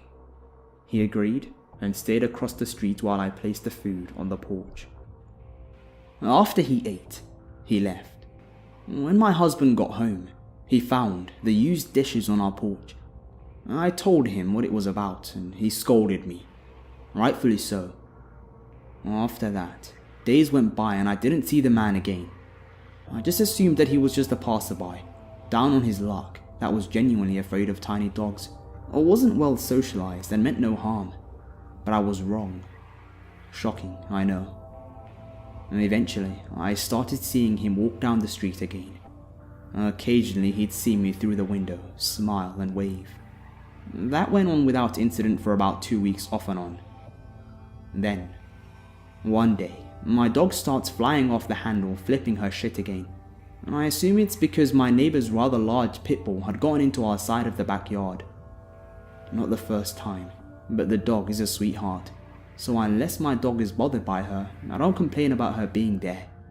And I went to let my neighbor know, so he could come get her. When I stepped out, my neighbor's car is gone, and the man is again sitting on the bench, but doesn't even seem to realize I'm there. He's just sitting there, slapping himself in the face, drooling and scratching his face and neck. He's rocking back and forth and talking to himself, saying all types of shit that I can't understand, and he doesn't seem to hear my dog barking or notice anything that's going on around him. I'm thoroughly fucking afraid of what I'm seeing right now. I don't say a word, and I quietly back up and go back inside to figure out how to get him off of my fucking porch. Then, I remember he's scared of dogs, and maybe if he sees my neighbor's giant pit bull, he'll snap the fuck out of whatever trance he's in and move along. My next move is undoubtedly stupid, but I'm worried about this man sitting on my porch while my kids are home and my husband and neighbors are gone, so I want his ass to go the hell away. So I grab my dog's leash, go to my backyard, and put the leash on my neighbor's dog. I tell my daughter to get our dog, go to the back bedroom, lock the door, and sit in there and watch TV while her brother is napping. And she does. I then gather all my freaking courage and walk this massive pit bull around to my front porch, and just stand there, waiting for this lunatic to snap out of it and realize that I have a huge dog out here, and hope he's gonna run off. Cookie, my neighbor's dog, starts barking upon seeing him, and finally he slowly looks up and smiles the absolutely creepiest smile that I've ever seen, and says, "Hey there, I didn't know you had 2 dogs. He said this normally, in a normal tone, as if he hadn't been acting like some kind of psycho talking to himself and doing all sorts of other odd shit. So I said, "Yes, but she really doesn't like people she doesn't know, and sometimes she bites." He got a terrified look on his face and actually jumped over the railing rather than walking past the dog and myself. When my husband came home, Creeper was again walking down the street and stopped to talk to my husband. I see the interaction in the driveway and I step out to see what's going on, and apparently he's asking my husband to bum a cigarette. My husband honestly didn't have any on him and was out, so we told him no, we didn't have any. Also, this is the first time that my husband had seen this man, so he had no idea who this man was at this time. The man said, "Okay, fine. Can I have some water?" He gave my husband the same homeless spiel that he'd given me. My husband, who also has a lot of compassion for the homeless, gave him a few dollars and told me to go in and fill up a jug of water and give it to him, which I did. We handed him the water and walked to the porch. When we get to the steps, we hear the man cussing under his breath and talking to himself, and turn around to see him pouring out the water that we had just given him, calling us bitches and motherfuckers, and we just kind of look at each other like, what is going on? He then calmly turns around, throws the empty jug of water on the ground, and proceeds to pull a pack of cigarettes out of his pocket and throw it at us. What the hell? A mere minute ago, he was just asking for a cigarette. He was mad that we didn't have any, and turns out he'd already had a pack. My husband told him to get the fuck out of our driveway and not come back ever again. I told my husband that he was the guy that had been coming around, and I thought that he was on drugs and had some serious mental issues. After this, my husband immediately calls to my phone to be turned on and starts having his dad stay with the kids and myself whilst he was at work. Once Crazy sees that my father-in-law is there at all times now, we start seeing less of him. Actually, I only see him once after this, and that was in the back of a police car at a nearby gas station. More on that in a minute. After not seeing him for a while and thinking that he got the hint, we come out one morning to find that there is a poopy fucking toilet paper all over our lawn and porch. We immediately know it was him. We ask all the neighbors if they saw anything, and they claim that they haven't. So we don't bother calling the police, because we know they're not going to do anything about it if there's no proof. We didn't even know his name. Plus, the cops in the area are known to not be so great anyhow, so it feels like a dead end. Now, after the toilet paper incident, there's 2 more shift-related instances where poop was smeared all over our windshield, and then another time on our front door, along with, you guessed it, poopy toilet paper strewn everywhere. A week or so after the poop incident, we were pulling up to a gas station and see him in handcuffs on the curb in front of the store, but I was so happy to see him being put in a police car. After that, we ended up moving to Austin and getting as far as we could from that situation. Things are great now. My husband has an amazing job. My children are doing wonderful, and I've never lived anywhere like that place again. I don't know whatever came of him, but I pray that he got some help. Number 14. For context, this took place when I was around 16 years old. I'm 24 now, so it's been a while, but this was one of the many stupid things that I've done in my life where I could have ended up dead, or even worse. I grew up in Portland, Oregon, and me and my friends would often go to the Lloyd Center to go shopping or just to hang around the food courts, being degenerates. I was walking around the mall with my friend Crystal and my mum when a man at a pop-up kiosk stopped us. He said that he represented a modeling company and wanted to talk to us about modeling for their clothing line. I considered myself better looking than the average duck. Spoiler alert, I'm about as plain Jane as they come. So I promptly announced that I wanted to sign up for the modeling agency, which my mum quickly shut down. I replied with, "You suck, mum," which got me in trouble later down the line with both parents. But that was only the start of my woes. I convinced my mum to allow me and Crystal to go off on our own, and with a reluctant sigh, she allowed us to go off. Me, being the dumb kid that I was, marched right back over to the modeling agent and signed myself up with my phone number and email address. He said that he would be back in contact with me shortly to set up an interview with the company. That very night, I went home and saw that I had a friend request from someone that shared no mutual friends with me. Hesitantly, I added the person, and a message popped up.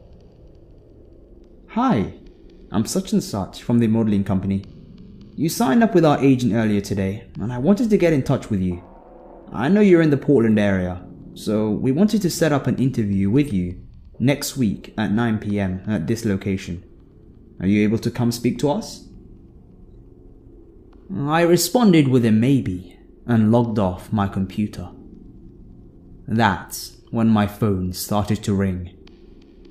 I picked it up and it was yet another guy from the agency. Mind you, these were all men, who asked me whether or not I could come and do the interview. I said maybe and said bye to him.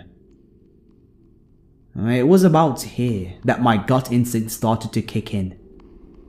Why would they set up an interview so late at night, at 9 p.m? I googled the address and it was an industrial park by the airport. I chose not to answer the onslaught of emails, Facebook messages and phone calls that I was getting. This went on for about a week before I got radio silence. The guy on my Facebook blocked me. There were no more emails or calls. And it was at this point that I began to worry. What if I had allowed my career to not even blossom, let alone flourish? What if I had made a mistake? I was already in hot water with my father for telling my mum off at the mall the first time. So, with school on my mind, I allowed the idea to fade from my mind of what could have been. About 2 weeks later, our home phone started to ring.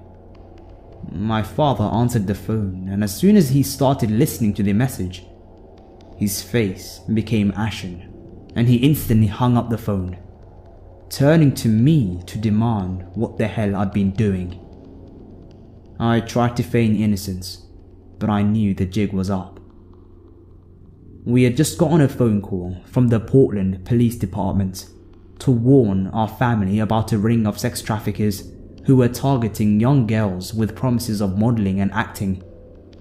They had stumbled upon the name of one of the men who worked for the ring, and through that, started contacting families of young women whose information they had gotten a hold of. The worst part of it all, they had my family's address and home phone number. I was grounded for the rest of the year, which was to be expected, but it was better than being carted off to some sex ring, so I couldn't complain.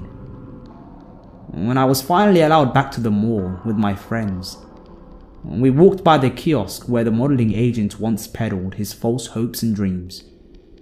All that was left was an empty booth. I hope I never see that man again.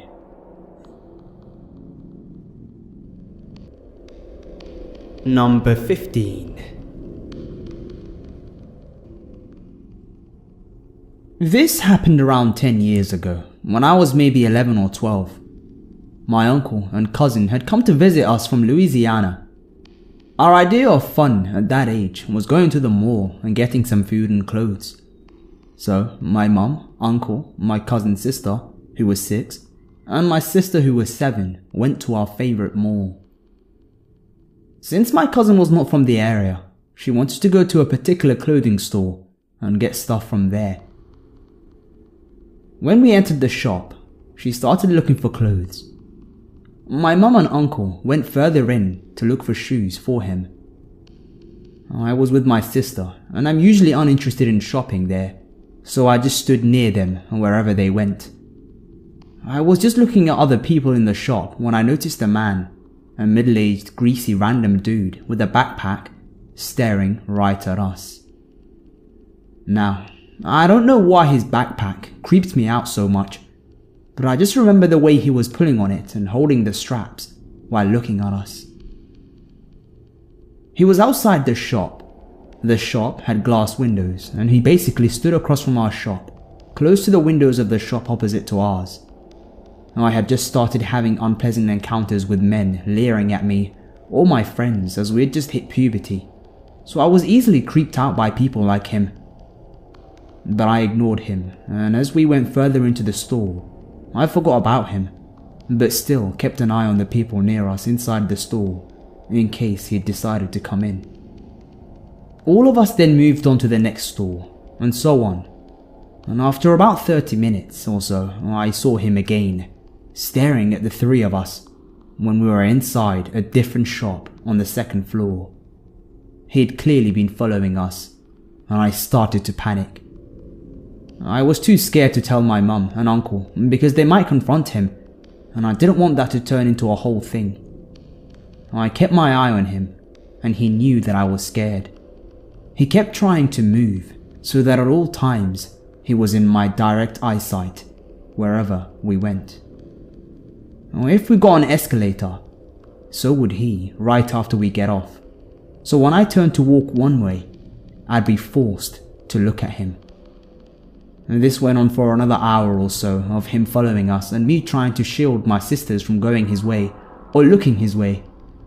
I didn't tell them about it either. They were too little. My uncle then suggested that we go and get some food somewhere. Now, I love food, and especially this one restaurant in the mall, and he knew that.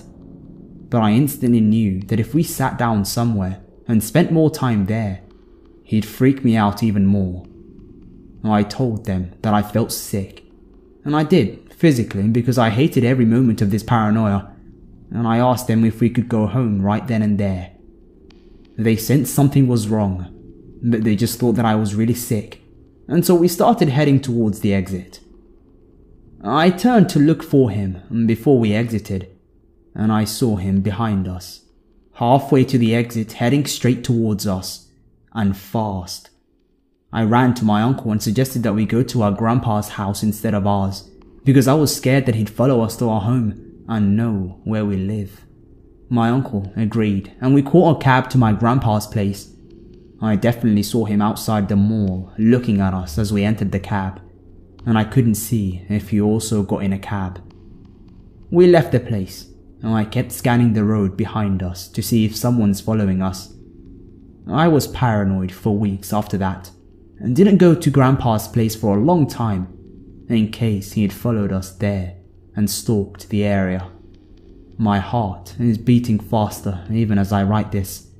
So, weird backpack wearing stalker man, please, let's not meet.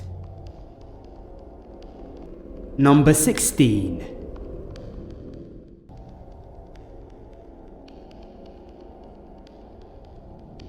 I lived and worked in Saudi Arabia for a few years back in the mid-90s. I had some crazy experiences there, but this one was the most frightening. I was in a supermarket buying groceries, and this man started following me around. I ignored him as he tried to talk to me and kept telling me Halloween Habibi, which means sweet baby, and kept asking me if I was from Lebanon.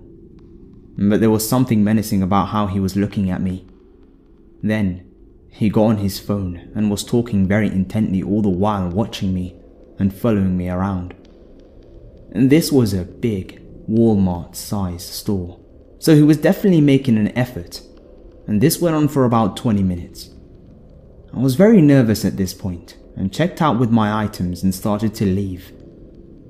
And just outside the door and into the corridor of small stores, very common in Saudi markets, there was a group of between 10 to 15 angry-looking men who all crowded around me and started talking to me in Arabic. I played dumb and just kept my eyes down and kept mumbling about my husband, hoping that they would think that I was not a lone woman and let me go. People were walking past and working very hard to not look at this threatening group surrounding a woman. Just then, my amazing driver, a tiny little guy, about 5 feet tall, bowed through the group and grabbed my arm and started yelling at me angrily, and then at the men. He was yelling something along the lines of, "Wife, I've been waiting for you. You're so slow and stupid. And what are you guys doing, sinful creeps?" And he threatened to call the Mutawa, which is the religious police.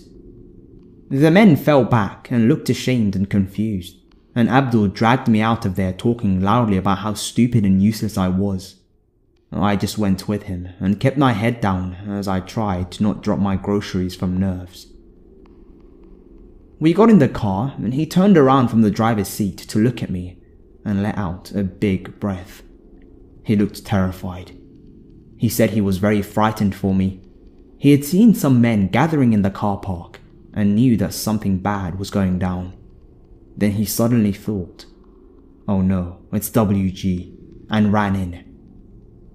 He said they had been talking about taking me, and they thought that I was Lebanese, and there was very bad blood with Lebanon at that time. I'm ethnically Romanian. I pass as white in Western countries, but pass for a Middle Eastern in the East. Apparently, I have a Lebanese nose. He told me there had been some kidnappings in the last month, with the victims found burned alive in tires outside of the city. Abdul was a shit shooter, but he had gone whiter than me as he told me all this and was genuinely shaking and afraid. So I don't think he was exaggerating. After that, whenever I was sent out on errands, he always came in with me and pretended to be my husband. Huge risk to both of us. And if the Mutawa caught us, they would have imprisoned us, and he would have gotten it way worse than me. He was an amazing person to stick his neck out like that for an arsehole like me.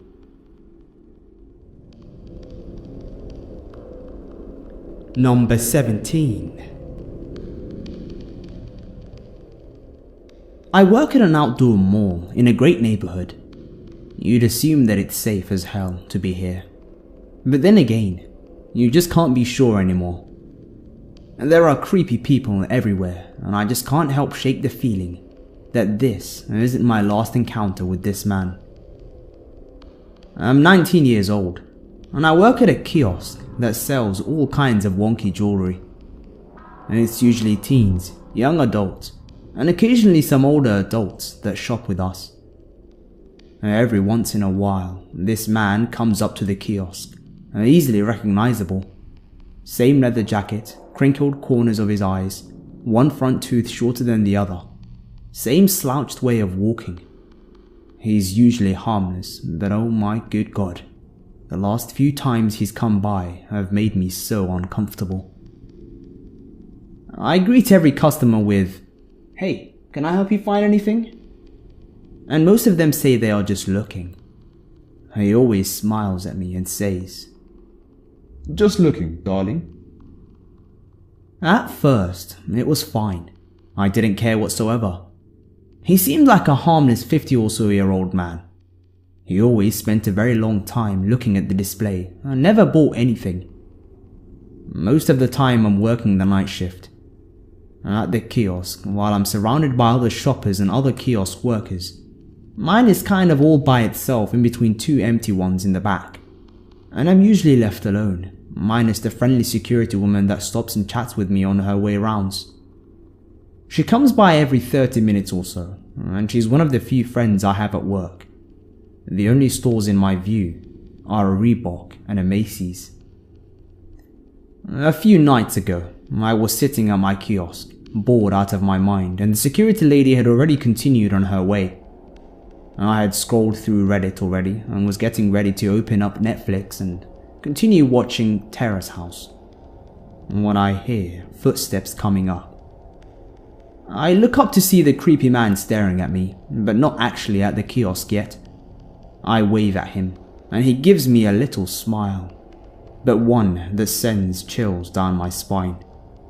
A customer walks up, and I immediately jump at the chance to help them, trying to shake the creepy feeling that I had.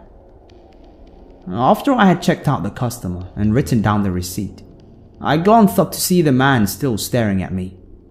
Before I could say anything, he started walking over, taking my eye contact as permission to come join me.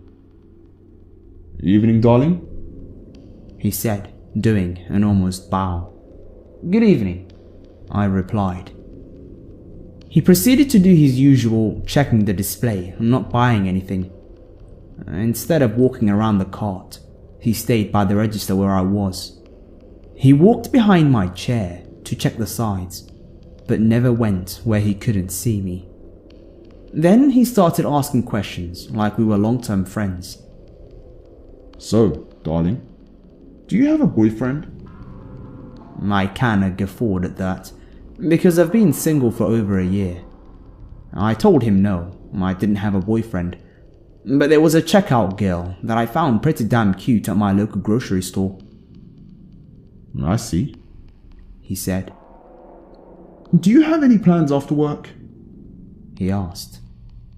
I was pretty uneasy at this point, but I told him yes, I was going to a party. You gonna hook up with any of the boys? He asked. My jaw dropped. Whether or not I was hooking up with any boys was none of his business, but I just told him no.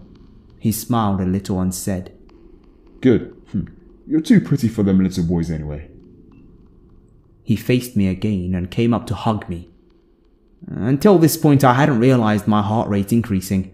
It only became apparent after I found it hard to breathe. Before he could actually hug me, Linda and the security woman walked up and glared at him. Sir, if you're not going to buy anything from this young woman, then I suggest you should go and loiter somewhere else. He stiffened at the sound of Linda's voice, because she's a very intimidating woman, and he left. You alright, honey? She asked. I shrugged.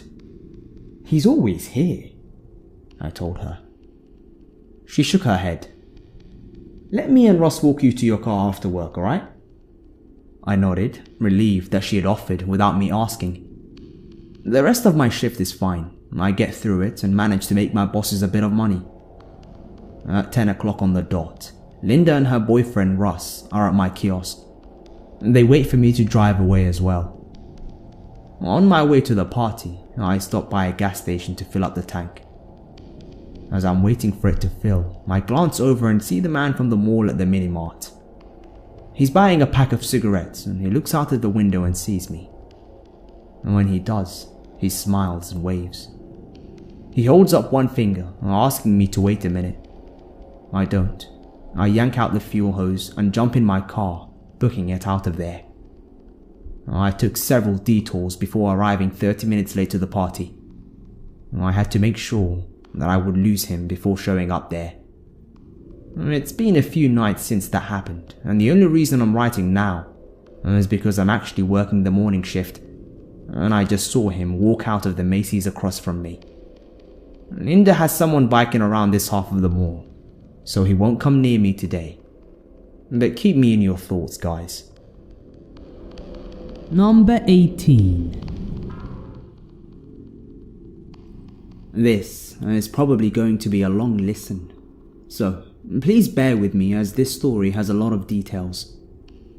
The reason I wanted to share my experience is because I know a lot of people have at one time or another in their lives dealt with someone who was either super creepy or that person began to stalk them. So here it goes. Here is a short story of how this all began. When I was about 16, my mother told me a friend of hers needed a babysitter, and I was more than willing to take the job because I could always use the extra cash. I have a very close relationship with my mother, so I had complete trust in this friend of hers, since my mother doesn't trust just anyone. So I began to babysit her 10-year-old and 7-year-old daughters. The oldest had a major attitude, but after I became their regular sitter, she wasn't as difficult to deal with. If you're curious as to why I'm sharing this, it's a vital detail to the story. Let's fast forward several years. I'm about 19 years old now. I know this because I had graduated high school the year before. This was a major deal in my life, so it's all very vivid in my mind. I hadn't babysit for this family for about 2 years by now. I was pretty busy with going to college, working my part-time job, and spending spare time with family and close friends. One day, my mother approaches me and asks if I would be willing to befriend a girl that her parents felt needed socialization. She gave me a few details before I decided on what to do. She told me that the girl that she wanted me to befriend was one of the girls that I used to babysit. I asked her who she was referring to because I babysat for several families when I was a full-time sitter. She told me who it was. I was slightly hesitant because of the attitude she had when I first met her, but I was always open to helping other people in any way that I could.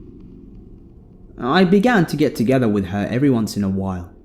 I would invite her to small gatherings with some of my other friends, but only if there were other young ones with us, like their little sisters or something. I was always in groups of people of various ages, usually around the age of 13 and over, and always with both boys and girls. My older friends and I were sort of the big sisters of the group, so that's why we were always happy to have those type of gatherings. She slowly opened up to me. She began to share with me that she was dealing with depression and often felt that she was unloved by her family and friends. She also told me that she had contemplated suicide and was cutting herself. Well, the reason I took to her more than the other younger ones is because I had dealt with those same exact thoughts and feelings when I was around her age. So I wanted to do my best to give her a listening ear and a shoulder to lean on. I would give her some advice, anything that I thought would benefit her. Once she felt she could trust me, I tried to broaden her horizon, but things would take a strange and eventually sinister turn. Now, when I would try to invite her to our usual get-together or social events, she seemed very standoffish. I was a little surprised, but not too much, because I knew how difficult things were for her, and it did take her some time to warm up to the other people. And eventually, she began to try and drag me along with her when she had one of her "I don't want to be here" attitudes. For example, we would go to the house of another friend of mine. There would be maybe 6 or 8 of us in total, and we would watch movies or do something else. This was before the days of social media and the everyone has a cell phone era. She seemed to want to leave, but as soon as we got to go to wherever it was that we were, she wanted to leave. She would pull me aside and say, "I don't want to be here, let's go." Well, I at first was kind and would tell her, "Come on, let's just stay for a little while, and if you still don't want to stay, we'll leave." I soon learned that she didn't want to stay, even if we all were having a great time. Eventually, she kept pulling me aside whenever we were in a group settings, so I just eventually stopped inviting her altogether because all she wanted to do was leave, no matter what the circumstances were. I mention this because it's another vital part of the story. I would just spend time with her once in a while, just her and I. She began to call me on a daily basis. It started with 2 to 3 times a day, and eventually got up to 7 or 10 times every single day. As I said before, this time in my life I was always extremely busy, so I wasn't always home. I had my own telephone landline, because I was able to pay for it myself. I had an answering machine, not voicemail because I was too cheap to pay for a feature that I didn't need. Anyway, I would have to change the tapes way too often because of how much she would call me and leave message after message. She would leave messages like, "Where are you? Why aren't you answering my phone calls? Who are you with?" That was just a little too weird for me, and even when I told her that I wasn't always home until late in the evenings or nighttime, and all she had to do was leave one message. As soon as I was home, I'd return all the messages that I had for the day. That didn't deter her from continuing to do this every day. I began to get really annoyed, but stupid me didn't listen to my gut instincts. I kept telling myself, she just needs a friend, it's not her fault. Boy, what I soon learned, that was just not the case. Eventually I kind of drifted away from her for a bit, not intentionally, just because things in life seemed to speed up, and I was even busier than before. I would have very few times that I could get together with a friend or two, possibly going out to eat, shopping at a mall, or maybe seeing a movie. Out of nowhere, she began showing up wherever I was, and no, I didn't tell her where I was going or who I was with. Like I said, I had pretty much drifted away from spending time with her. We lived in a pretty big suburb, so it's not like it would have been easy for her to know where to find me. I began to get really creeped out because I thought it was way too coincidental that she was everywhere that I was and when I would be doing anything recreational. She even found out where I worked and what college I was going to, something that I never told her. She was obviously not college age. So why was she at my college campus with her mother? She wasn't even in high school yet. This is not even the creepiest part. Yes, there's more to this story. When I was on break from college, I had the time to spend with my family and close friends. I did get together with her a couple of times, still not listening to the creep meter I had going off. I was stupid. Well, things took an even more weird and unexplainable turn. She would ask to spend the night, and I didn't really do sleepovers anymore since I was of age, and pretty much leading my own life. But she was still a young one, so I would invite her once in a while to stay over. Somehow, I have no memory of how this happened, but she wouldn't leave. It's like she slept over one night and then just never left. Trust me, there was definitely not an open invitation for her to stay long term. I had told her that she couldn't stay with me because she had her own family, and so did I. She got very angry with me, and for several days refused to leave. Thankfully, I was still living at home, and my mum had to step in and pretty much tell her bluntly to get out. She had a little temper tantrum that night, but she did end up leaving. By this time, I had been fed up with her irrational and erratic behavior. I was avoiding her like the plague. I didn't call her back. If she was somewhere I was, I would duck into hiding, so to speak, and try to lose her in the crowd. That didn't stop her from increasing her strange behavior. Her family even did some things that I feel sort of helped her to stalk me more. Now, this is not something that I'm making up. This actually happened to me. She moved to a street around the corner from where I live. Now, that's not the scary part. Her and her family moved into a house which, from her living room window, you could see directly into our backyard. And from there, you could see the window to my bedroom. Yes, that happened.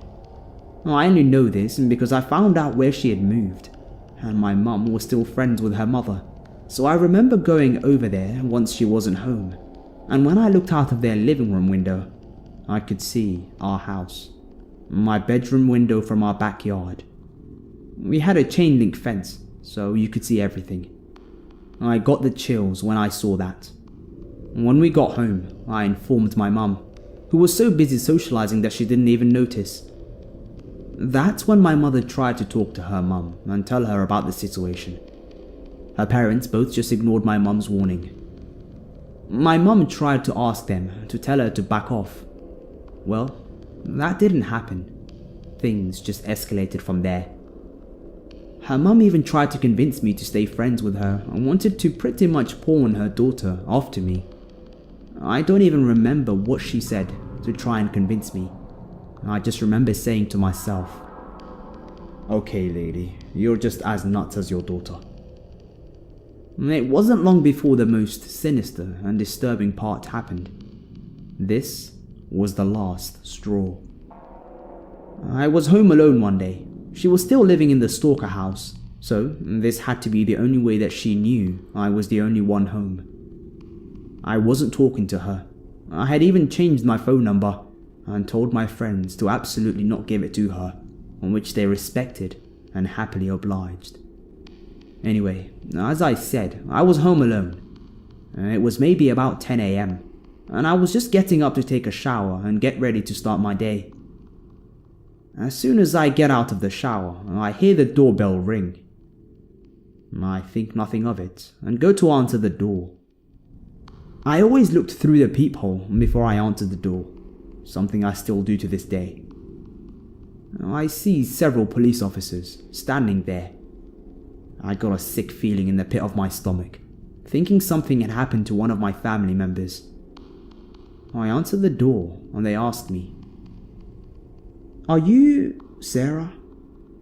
Sarah is the reference to my stalker's name. I'm using that to protect my identity, but it's not her real name. I answered, "No, she doesn't live here." The officer then asks, "Do you have any identification with you?" Which I answered, "Of course, but it's in the back of the house. I have to go and get it." Now, mind you, I'm totally confused as to why they're at my door, and why they're asking for my ID. The officer then proceeds to tell me that he has to come with me when I go into the back of the house. I just nodded in agreement, but still confused as to what was going on. So we got into my bedroom. I grabbed my ID and I showed the officer who I am. He just says, "Okay, thank you. May we sit down for a moment and talk to you?" I, of course, agreed and motioned him back into the living room where the other officers had joined us. We sit down and they tell me that they had received an anonymous phone call. That there was a young lady that lived at my address by the name of Sarah that was extremely suicidal and may have already taken her life. I just sat there for a moment in complete shock. I told them that she used to be a friend of mine, but that I hadn't talked to her in quite a while, but that she absolutely did not live here. They asked me if I had any contact information for where she was. Thankfully, I still had her info on hand. I then give them her contact information, telephone number and home address. They thanked me for my time and left. I thought that was the end of it. Not by a long shot. I apologize for the length, but this is all important for me to get out. After they leave, I called my mum immediately. She proceeded to tell me to come to her workplace until I had to go to my classes for the day. I hightailed it and drove to her office. Since she owned the business, it was no problem for me to stay there for a few hours. I stayed there until I had to go to class, and then went on with the rest of my day, although I was still shaken up a bit. The rest of this story is from a third-party perspective. All of my close friends knew about the situation by this time because her behavior was too psychotic for me, and I was going to do whatever I needed to do, so I would be safe. I believe a few friends of mine and myself were at a coffee shop, one of the internet cafes from back in the day, and we were talking when another mutual friend walks in and comes right up to us, looks at me and says, "I have to tell you something." I was like, "Okay, shoot." Apparently, a few days before, they had ran into Sarah, my stalker, and they said she looked eerily exactly like me. My jaw dropped and I asked, "Wait, what? What do you mean?" We, myself and Sarah, in no way looked similar, in no way, shape or form. I mean, it wasn't like you would confuse one of us for the other. Well, she had apparently begun to dress very much like me, dyed and styled her hair like mine, wore the same kind of bracelets I would wear, and just looked exactly like me. I was shocked to my very core. I had been on the phone with a couple of friends of mine. I had the three-way calling feature where you could call two people at once and all talk to one another. One of the other friends on the line had informed me what they had heard about why the suicidal report incident occurred. Mind you, this is few months after the fact. She had heard from another reliable and trustworthy friend of ours that the reason there was that call was because Sarah called anonymously, saying that a young lady by that name lived at my home and was suicidal. That's not the craziest part. The reason she did it is because she wanted the police to think that I was her. She gave the police my physical description, and this was before she started looking like me, so they would take me away to a psychiatric ward. Therefore, she could take over my life. How crazy could she be? I don't know how she thought that my family and friends would allow her to do that, but this is how mental and unstable she was. Now, the timing for me was perfect. I only say that because I was getting ready to move away from that area and because I was starting a new job and life had taken me in that direction. My family was moving away with me for obvious reasons, so we in fact did move away, and it was the best thing to ever happen to me because she got worse and worse over time. She began to harass my close friends, trying to get my whereabouts, like my address, phone number, where I had moved away to. They didn't give her my information since they know how psychotic she was. At one point, she even began to stalk the brother of one of my very close guy friends, just so she could try to intimidate him, to tell her where I was. He had to have his grandparents step in because we wasn't of age yet.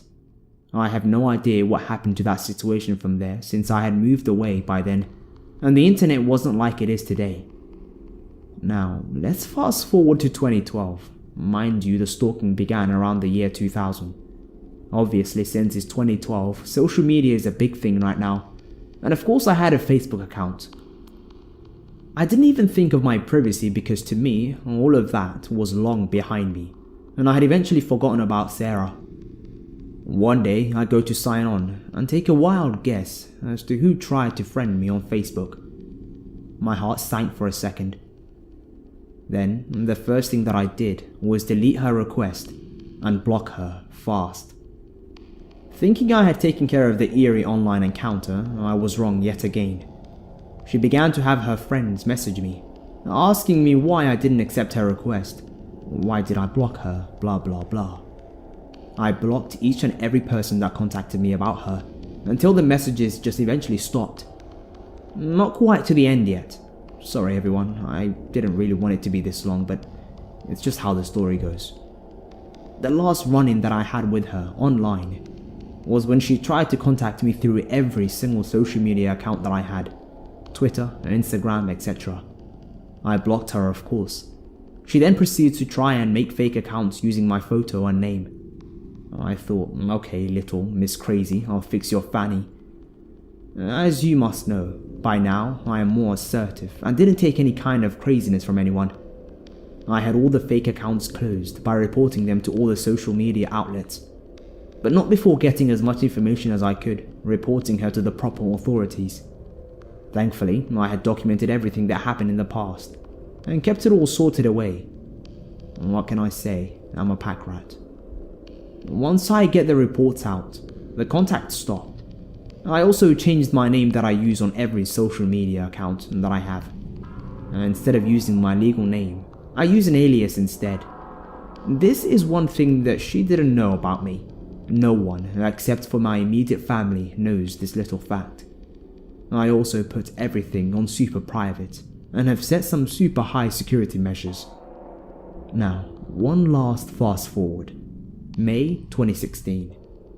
I turn my phone on like I do every morning, and after my phone loads up, it says, no service.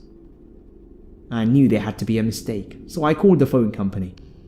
I asked them why my phone had no service since I had just paid my bill. They looked on their system and proceeded to tell me that in their notes, they received a phone call a few hours earlier that morning from a young lady. They assumed it was me, I guess. And she said that she had a new phone and that the number needed to be transferred to this new phone. When they told her that the name didn't match on the account, somehow, I have no idea how, but she got them to change the name on my account from my name to hers. I have no idea what she wanted to accomplish by doing this, and even worse, how in the hell she got my number. I explained that this person was a long-time stalker, that I had reports to the police, and that I have to be protected against her because she is capable of anything. So, they asked me to go into their corporate office so they could change everything back to its original state, as well as putting some security measures on the account so that this wouldn't happen again. Now, since then, so far, I haven't had any more incidents. I'm absolutely on high alert because if she was willing to wait 16 years and still wants to find me, for whatever reason, there is no way in hell that I'm going to let my guard down. The only reason I didn't file a restraining order is because as far as I know, she does not know where I live, and I want to keep it that way. However, if she thinks that I won't ever file one if she does find me, she's got another thing coming. So, Sarah, let's not ever meet again.